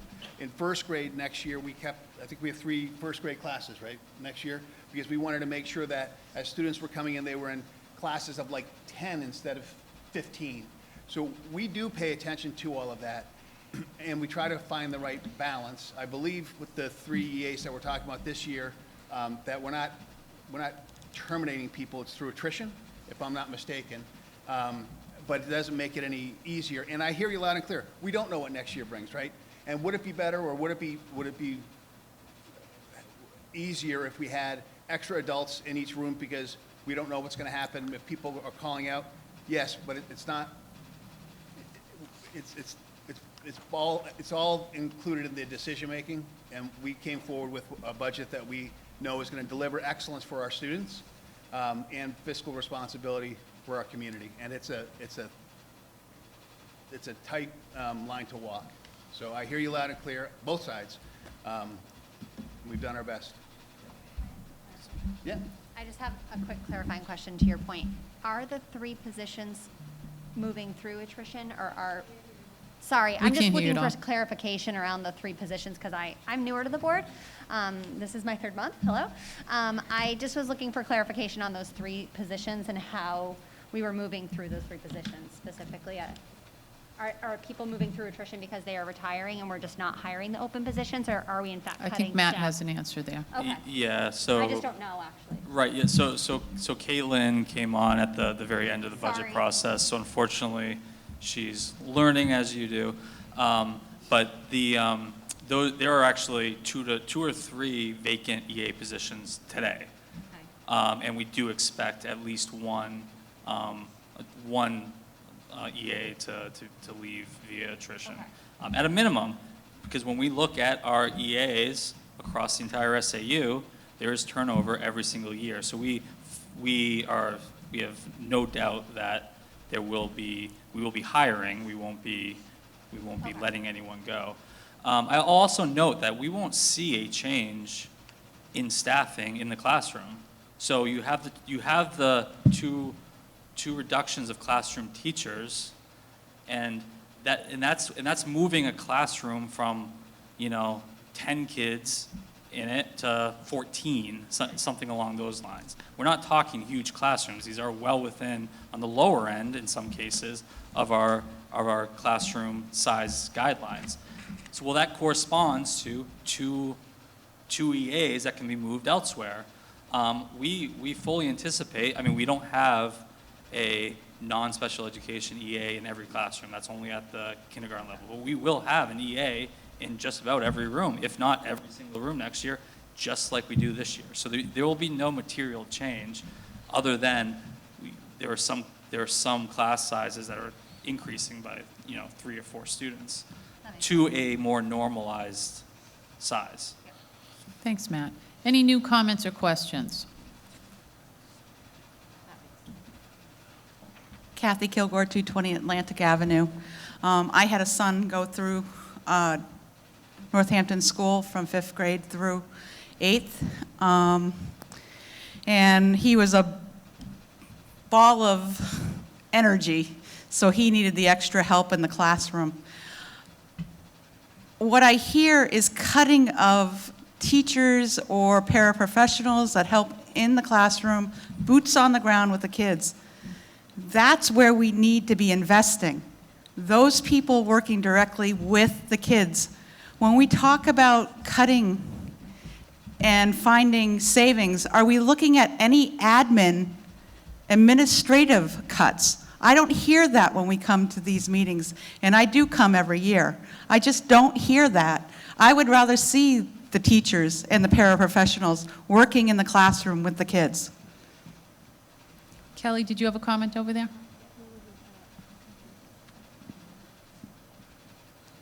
Hello, my name's Kelly O'Connor Maynard. I live on Winnicott Road. I happen to be an employee of SAU 21 in another school district as an educator, and I really appreciate all the information tonight.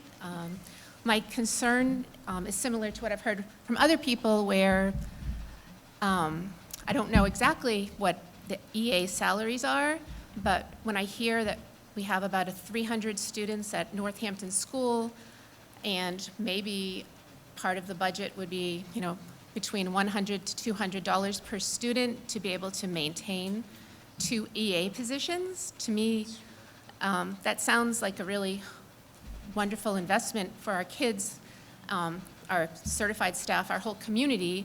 I know that at our school, I teach at Lincoln Ackerman School. We have great support from our community, wonderful staff, and great kids. But our EAs are very busy also supporting teachers, filling in as substitutes.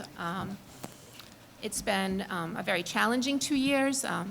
We are doing very well overall, but I don't understand either why those particular positions would be cut if we still don't know what may be coming up around the corner. So thank you for listening, and I'm just wondering if you can increase your budget to be able to hold on to those positions. Because even tonight, listening to the news, some schools are getting rid of their mask mandates across the country, but then people at the CDC are saying, don't do that yet, because, we still don't know exactly how, things are gonna move on from here. So thank you for listening.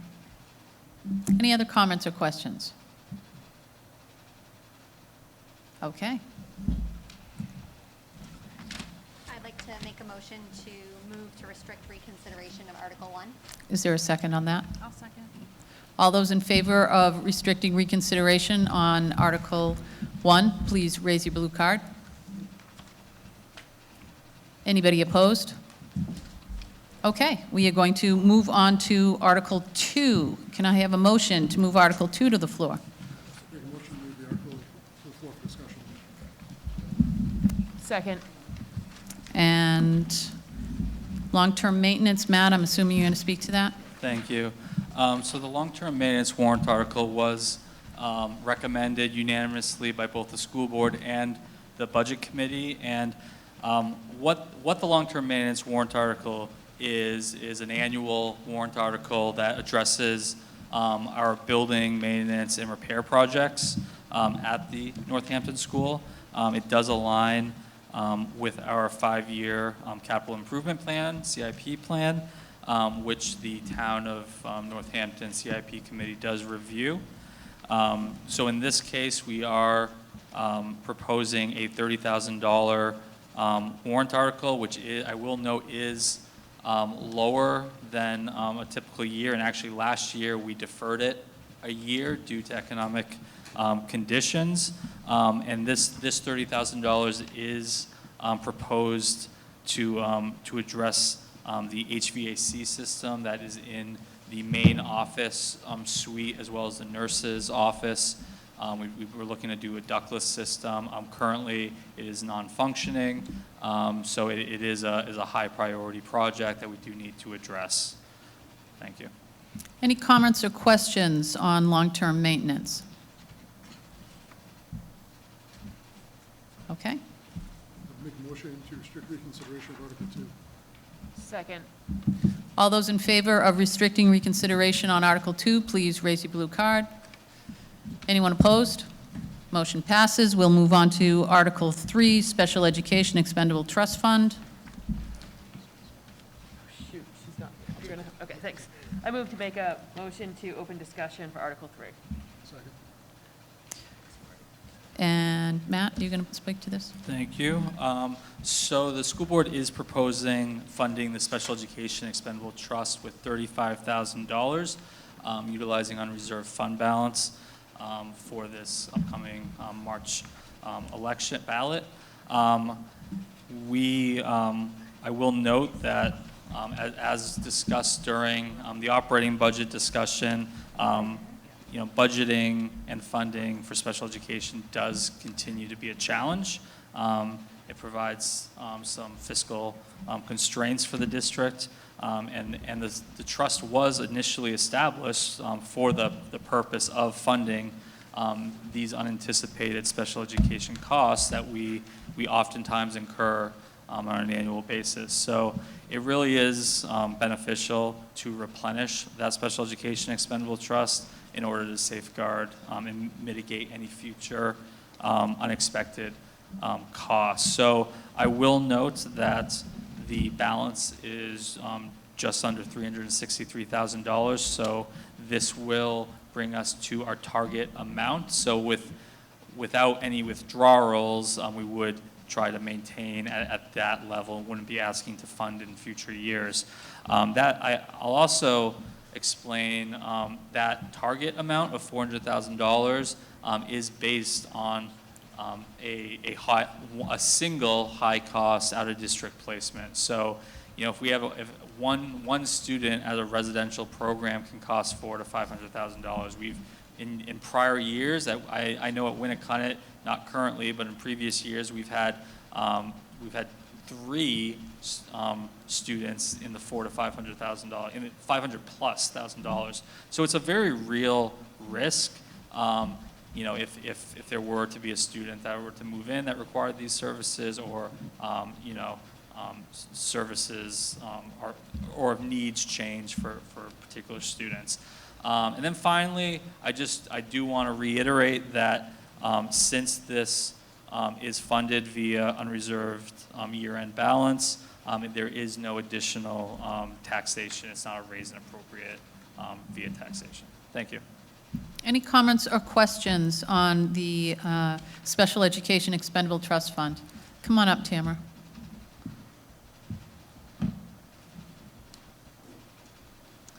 Thank you, Madam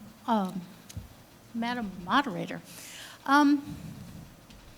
In looking at this, I would like to propose an amendment. and I don't have it written down, but I can, to change the figure from 35,000 to 60,000 in the event that the 3 EAs that we may be losing, there would be funds there to rehire. Should we have to? Is there a second in regards to that motion? What was your name? Oh, Sarah, thank you.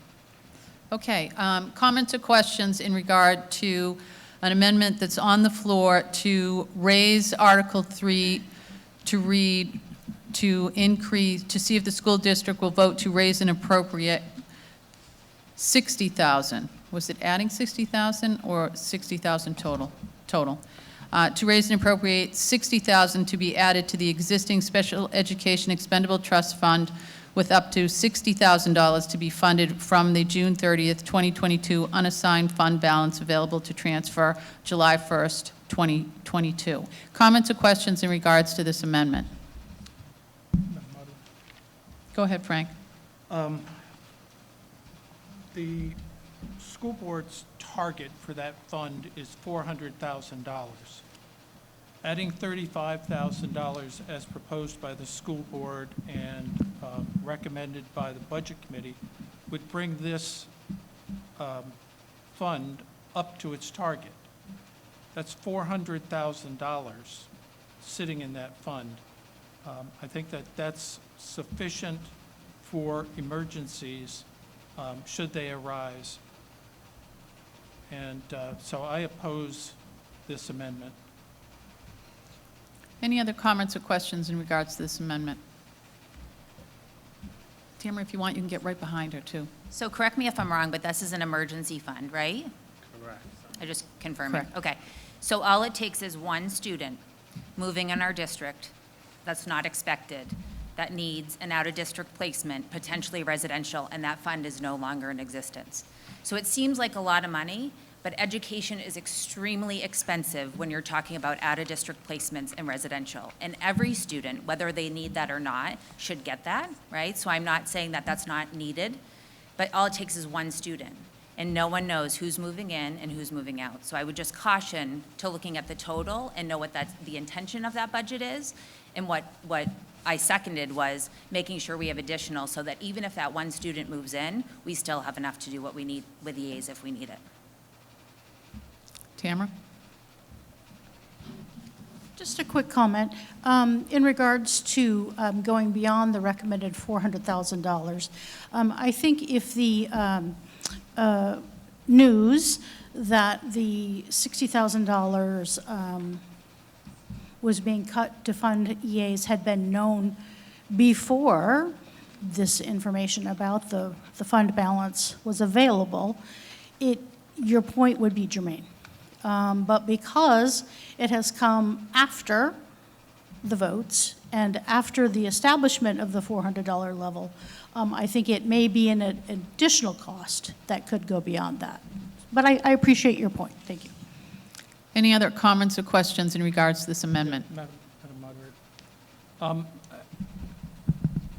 I understand special education is very expensive, and one more student might wipe out that account. What if there are 2 more students? Maybe we should raise this to $800,000, add an additional $460,000 so that we can take care of 2 students. The continuing to say what if makes selling the budgets and the warrant articles more difficult to the voters that are going to come in March. The school board has had this goal for quite a few years, and so this seems to be prudent to be able to take care of if we do have an emergency and they need emergency funds. Let me also say that there is, going to talk about this later, but there is a law that allows the school board to overexpend in emergencies. And all they need to do is apply to the Commissioner of Education and get an approval from the Budget Committee, and they can overexpend. So it's not like this is it. So again, I think it's not needed in the foreseeable future that we have to go that extra amount of money. And I think that we should leave it at the $35,000. Any other Excuse me, comments? moderator. Oh, go ahead. Hi, Brian Good, Budget Committee. The $400,000, as Frank was mentioning, has just been raised within the last 2 years by the school committee, and the Budget Committee is agreeing with that $400,000. Increasing this warrant article by another $30,000 isn't going to change anything from the discussions before. This is an emergency only. It cannot be used for those people, for any individuals, unless it's a new IUP that comes into the school district.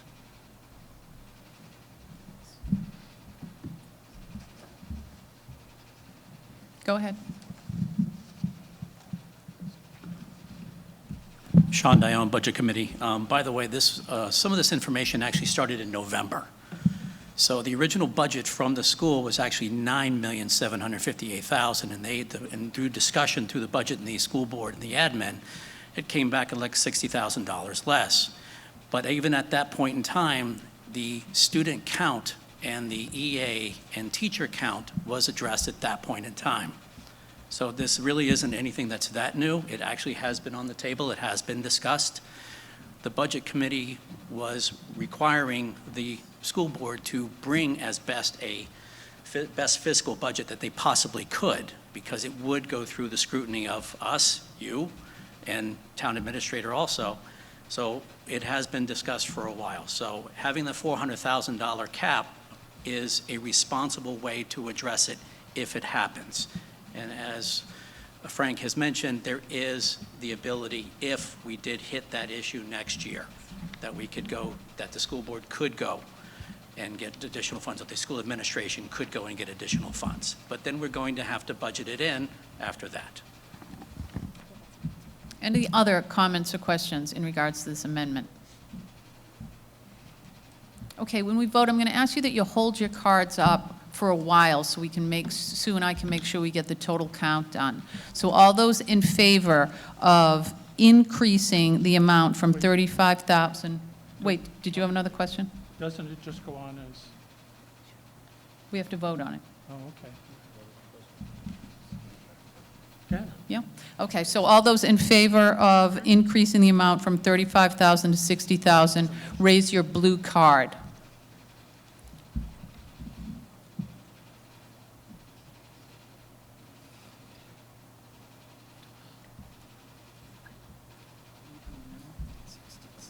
I did the middle.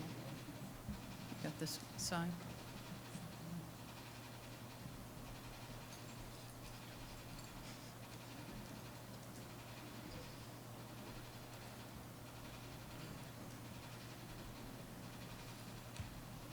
Okay, all those opposed?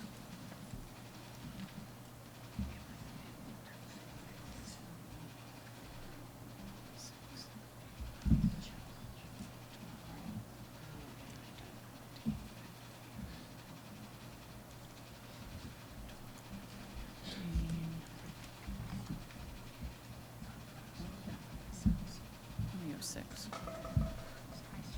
Okay, motion passes 32 to 21. Okay, any other comments, questions in regards to Article 3?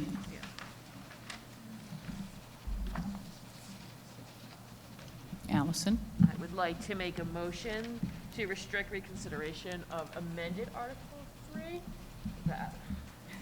Second. All those in favor of restricting reconsideration on amended Article 3? Anyone opposed?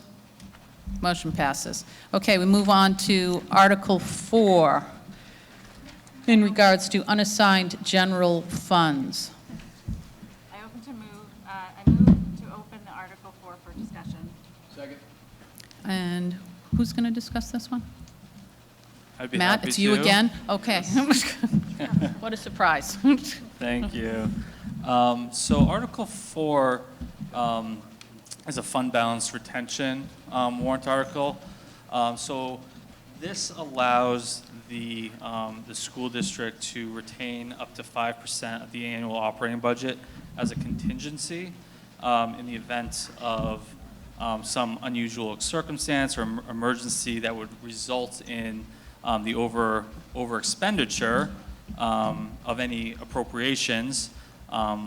Also, it would allow us to return fund balance for tax rate setting purposes. So we feel that this is an important safeguard that can allow us to safeguard against over expenditures and also work with the town to determine how much to return to offset assessment on an annual basis. So for example, if we have a larger budget year, the town and the school combined, we can return more funds and try to kind of smooth out those peaks and valleys so it doesn't affect the tax rate setting as much.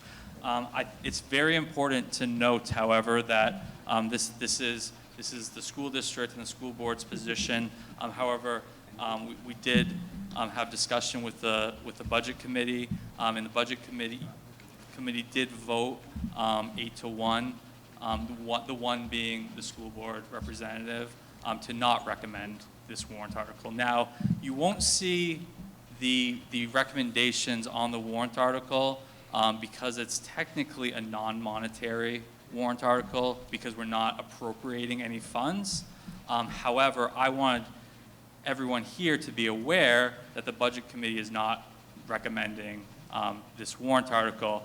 And their concerns are that there isn't a mechanism for the community to approve expenditures from this balance. So the town has this ability. However, they put it on a warrant article for the community members to vote to expend. Whereas if this were to pass, the school board would hold a public hearing, and then they would have the authority to expend funds. So there was a concern about safeguards and the difference between the town function versus the school function. There's also sentiment that we have, as we've mentioned, there are a number of expendable trusts that, for special education, for building maintenance, and for health care, that does offer some safeguarding for those specific areas. So I think the budget committee, and I don't want to speak, I'm trying to represent their thoughts, so please correct me if I'm wrong. But their thoughts was that we had that contingency already in place. Finally, there was a notion of if we were to ever overexpend, that there is an RSA that would allow us to go over budget. The only issue with that is that we would need to identify a revenue source to go over budget per that RSA that Frank just referenced. So that's problematic because obviously I don't know where that revenue source would be. We'd have that, it would likely be going, we'd have to have a special meeting and go back to the town and ask for funds. There's not like some fund where we can just, take money from. We don't have that revenue source. So I just want to give, an impartial, I guess, summary of this warrant article. The school district does feel that this is a prudent and fiscally responsible warrant article that really can help the town for long-term planning. I mean, there will be an initial couple years where we fund it, but then on an ongoing basis, it's really beneficial when we're looking at tax rates, because the last thing we want is to have our residents see fluctuations up and down in tax. That's where people get upset, right? And that way we can smooth it out a little bit. But the budget committee does have a different view, and I'd welcome any member from the budget committee to elaborate on if I didn't sufficiently explain. I suspect they will. Comments or questions on this article? Frank? Thank you. And I'm not talking representing the Budget Committee, but Matt actually described my position pretty well. There are two main problems with this article, and there's also a similar article on the Winnicott ballot that we'll be voting on in March also. The first problem is the amount of money that would be diverted from going back to the town, which impacts the taxpayers. The second problem is the lack of oversight and control on spending from the fund. Regarding the amount of money that would be diverted, as most of us know, the school budget accounts for more than half of our taxes. Currently, at the end of the fiscal year, any money left unspent by the school has to be credited back to the town. For each of the last 2 years, over $300,000 has been turned back by our school for each of those 2 years. Likewise, over $1 million was turned back to the SAU 21 towns by the Winnicott Board. The proposed warrant article changes that.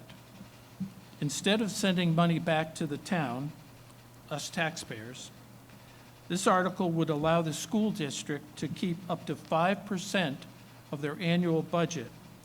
That's more than $480,000 for the Northampton school. Regarding spending oversight, the town has a similar fund, as Matt said, where unspent tax dollars accumulates. It's called the unassigned fund balance.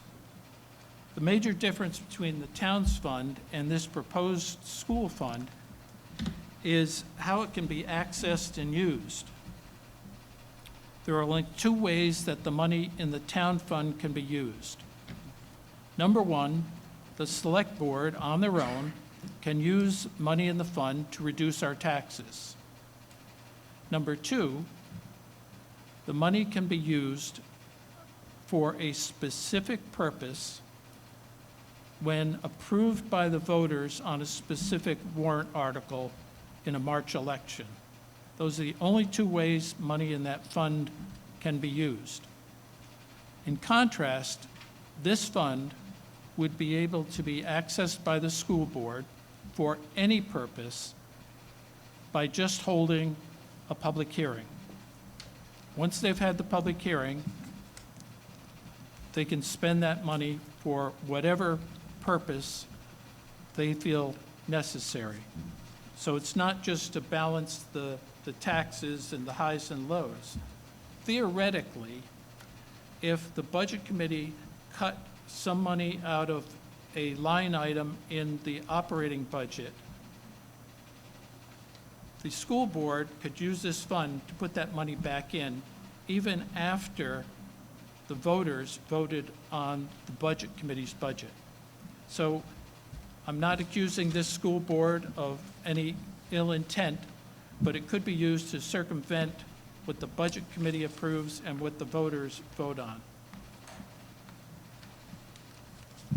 The state law already allows, as Matt said, the school board to expend funds in an emergency after getting approval from the Commissioner of Education and an approval by the Budget Committee, thereby placing controls on how that money is spent. Now, I had planned on amending this warrant article to minimize the impact on the taxpayers. However, I was told tonight that because the language is written this way in the state law authorizing it, it cannot be amended. As Matt said, the Budget Committee took a vote of 8-1 that the Budget Committee members did not want to see this article passed. We can't make a recommendation that goes on the ballot, but the census was that we did not agree with this warrant article for those reasons. So I guess all I can do is ask the voters to vote against this article. Any comments or questions on this article? Ms. Moderator? Oh, go ahead. Matt, I have a question for you. Is there any time since you've been here that there would have been a need to use any funds such as these? Is that question for Matt? Yes. Matt? My apologies, can you please repeat your question? Has there ever been a time when they've During- needed to use these type of funds? So, in my 5 years, no. I can't speak to prior to my tenure. Not that I'm aware of. So one of my concerns is voting for this fund is that there's already over $700,000 in trust accounts that the school board has access to for items that we would think may go over the regular budget. And then tonight, we just added another $30,000 potentially to that account. So this, if passed and implemented, would put over 12% of an annual budget into trust accounts for the school. To me, that just seems extremely excessive. And we really have no history of even ever needing these funds for any type of services. Any other comments or questions on this article? George, go ahead. I'd like to make a motion for a secret ballot on Article 4. What's, There's no change. There's no amendment, so there's no reason for it. Oh, okay, I take it back. okay. Yeah. George, you have a comment on this article at all? No. Okay. You can come up here. Oh, don't worry, he pulled back what he was saying, so it's okay. Kathy, go ahead. Matt, can you tell us what other school districts have this fund in place No, currently? you're not supposed to talk to Matt, but I do know that there's a number of school districts that do have it in place. Talking to DRA, they didn't name specific districts, but I mean, maybe 30 to 40% statewide. So not a majority, but some have. This is a fairly new law. What about our SAU? So for SAU 21, we've put this warrant article on all the districts for the first time this year. So to be determined.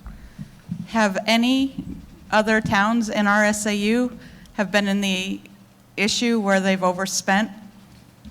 So no. So not since I've been here, and not that I'm aware of before then. Just my opinion, it's pretty scary to have that type of money just sitting in an account, making what? No money, I mean, no interest, and not working for the taxpayers. I would think if we were in a situation that the school system had to overspend the budget, I could see this whole town rallying to have whatever special meeting we had to have to find the funding, even if that funding had to come from the unassigned fund balance. I think it's excessive. are you okay? Oh, it's Henry. Henry, get up to the microphone.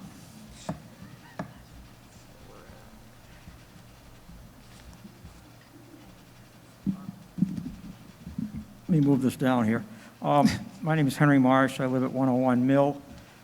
And my question is to Matt or the school board, because I'm going to face this Thursday. This amount of money, what happens to that amount of money if it is approved on this warrant article? Is it put in a fund, or does the board use it that year? What happens to it? So it'd be similar to the expendable trust. So it would change from year to year. So the 5% is total cumulative. So the board would determine on an annual basis how much of that they want to return to the town.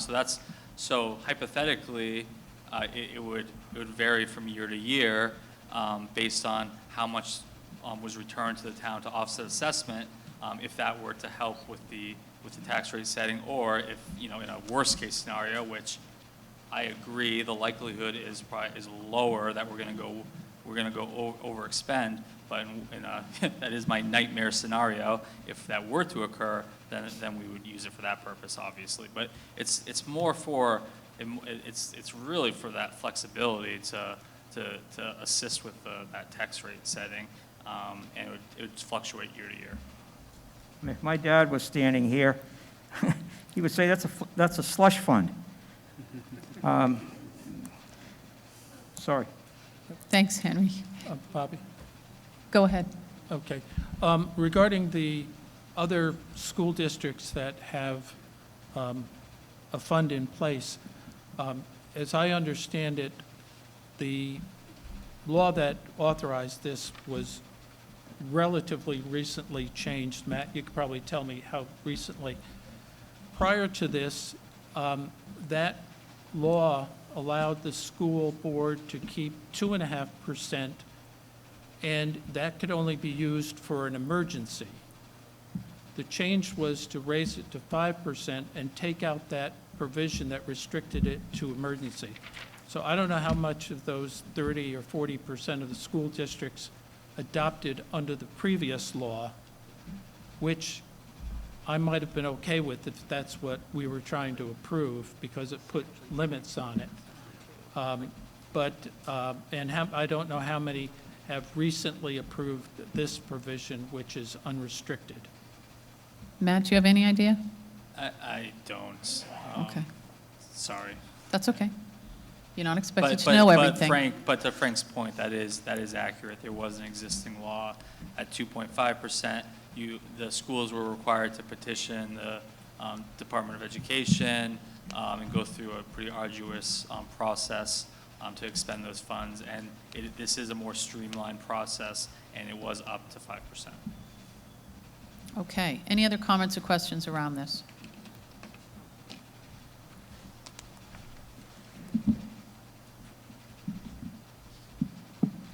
Thank you. I think we're all facing similar situations. Inflation is out of control. Cost of living is going up for all the taxpayers. I think that when I look at this, I think, are we really running fiscally responsible? I think you kind of made the case today until we got to this.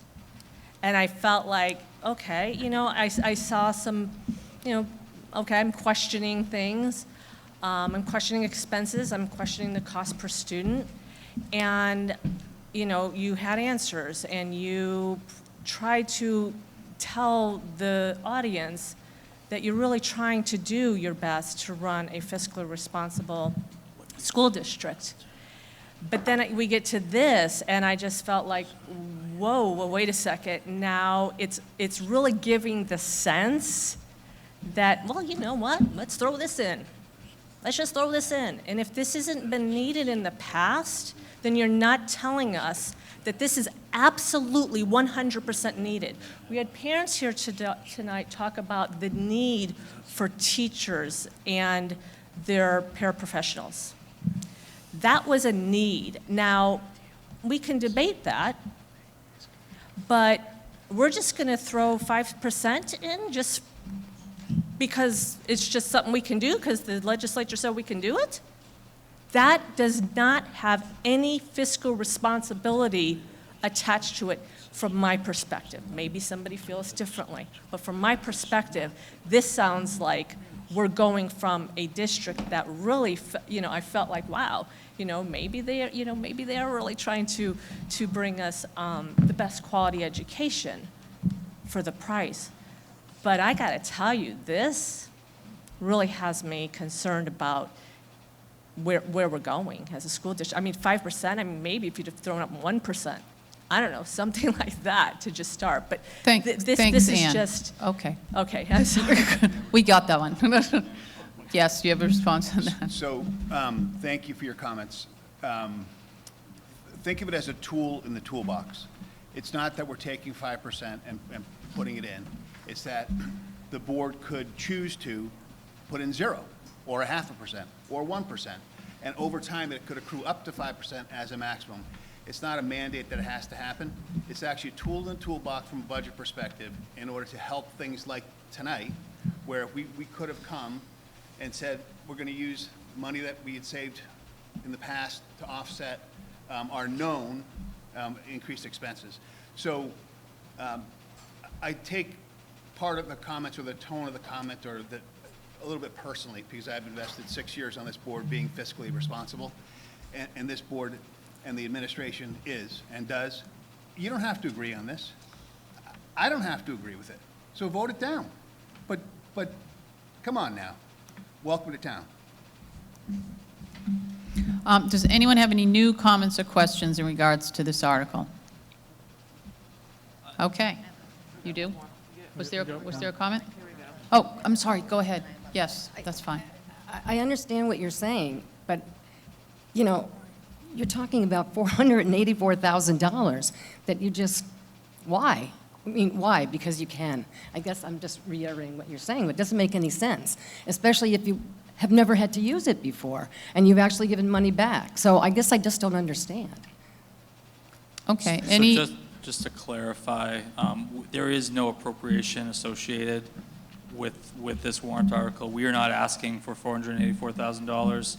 We're not asking for 5%. This is just the RSA. This is the statute.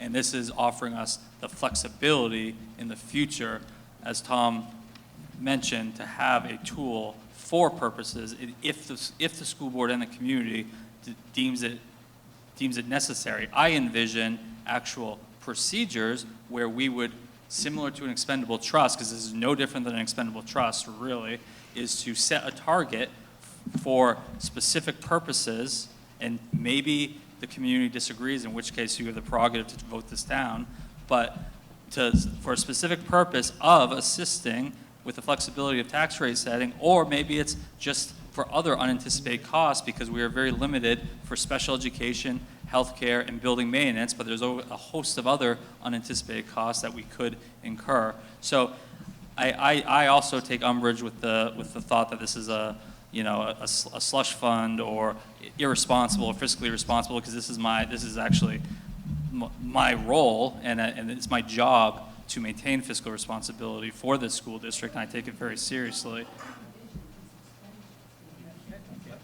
Hold it. If anybody wants to speak, they need to go to the microphone. That's okay. I guess I just don't understand what expenditures you think you're going to do if you haven't done it in the past. Why, I don't understand what you think you need. No, that's a great question. That's a great question. The issue. Matt, can I just, yes. I just want to say, like, there's a difference between bringing something like this forward so we can be transparent about what we have for full options as a community based on changing laws and things that are happening across the state, and allowing you all your voice to be able to say this isn't fitting for what we need as a community right now, or this is a really helpful tool that we should have available to us.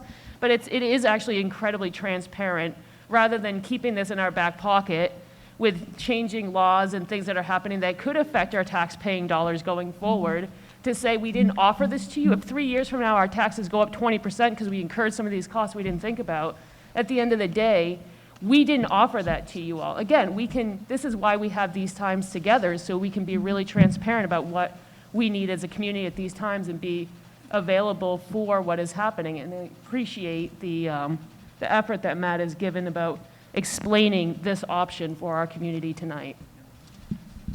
Okay, I'm sorry. To answer the I feel like we're kind of question, belaboring that point.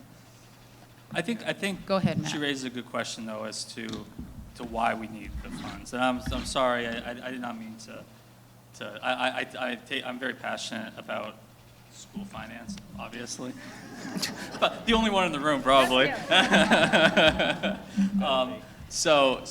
I don't really have a, I'm purely looking at it from what's best for the town. I don't really have any sort of, I can't speak apparently. Horse in the, geez. You don't have a horse in the race. Horse in the race, geez, that's what I was looking for. Numbers on the budget. But what it offers is flexibility in the case of a Peterborough situation where, $2.5 million is stolen from from a cyber attack. It safeguards us against another pandemic, which could incur huge costs, where these other expendable trusts are very specific and have a very defined purpose where we couldn't utilize those funds. Now, the possibility of that occurring is slim. I will give that to you. And if the community doesn't feel like it's worth it, then I support you 100%. It's just another option. With schools, we are allocated a certain amount of money. We can't expend over that.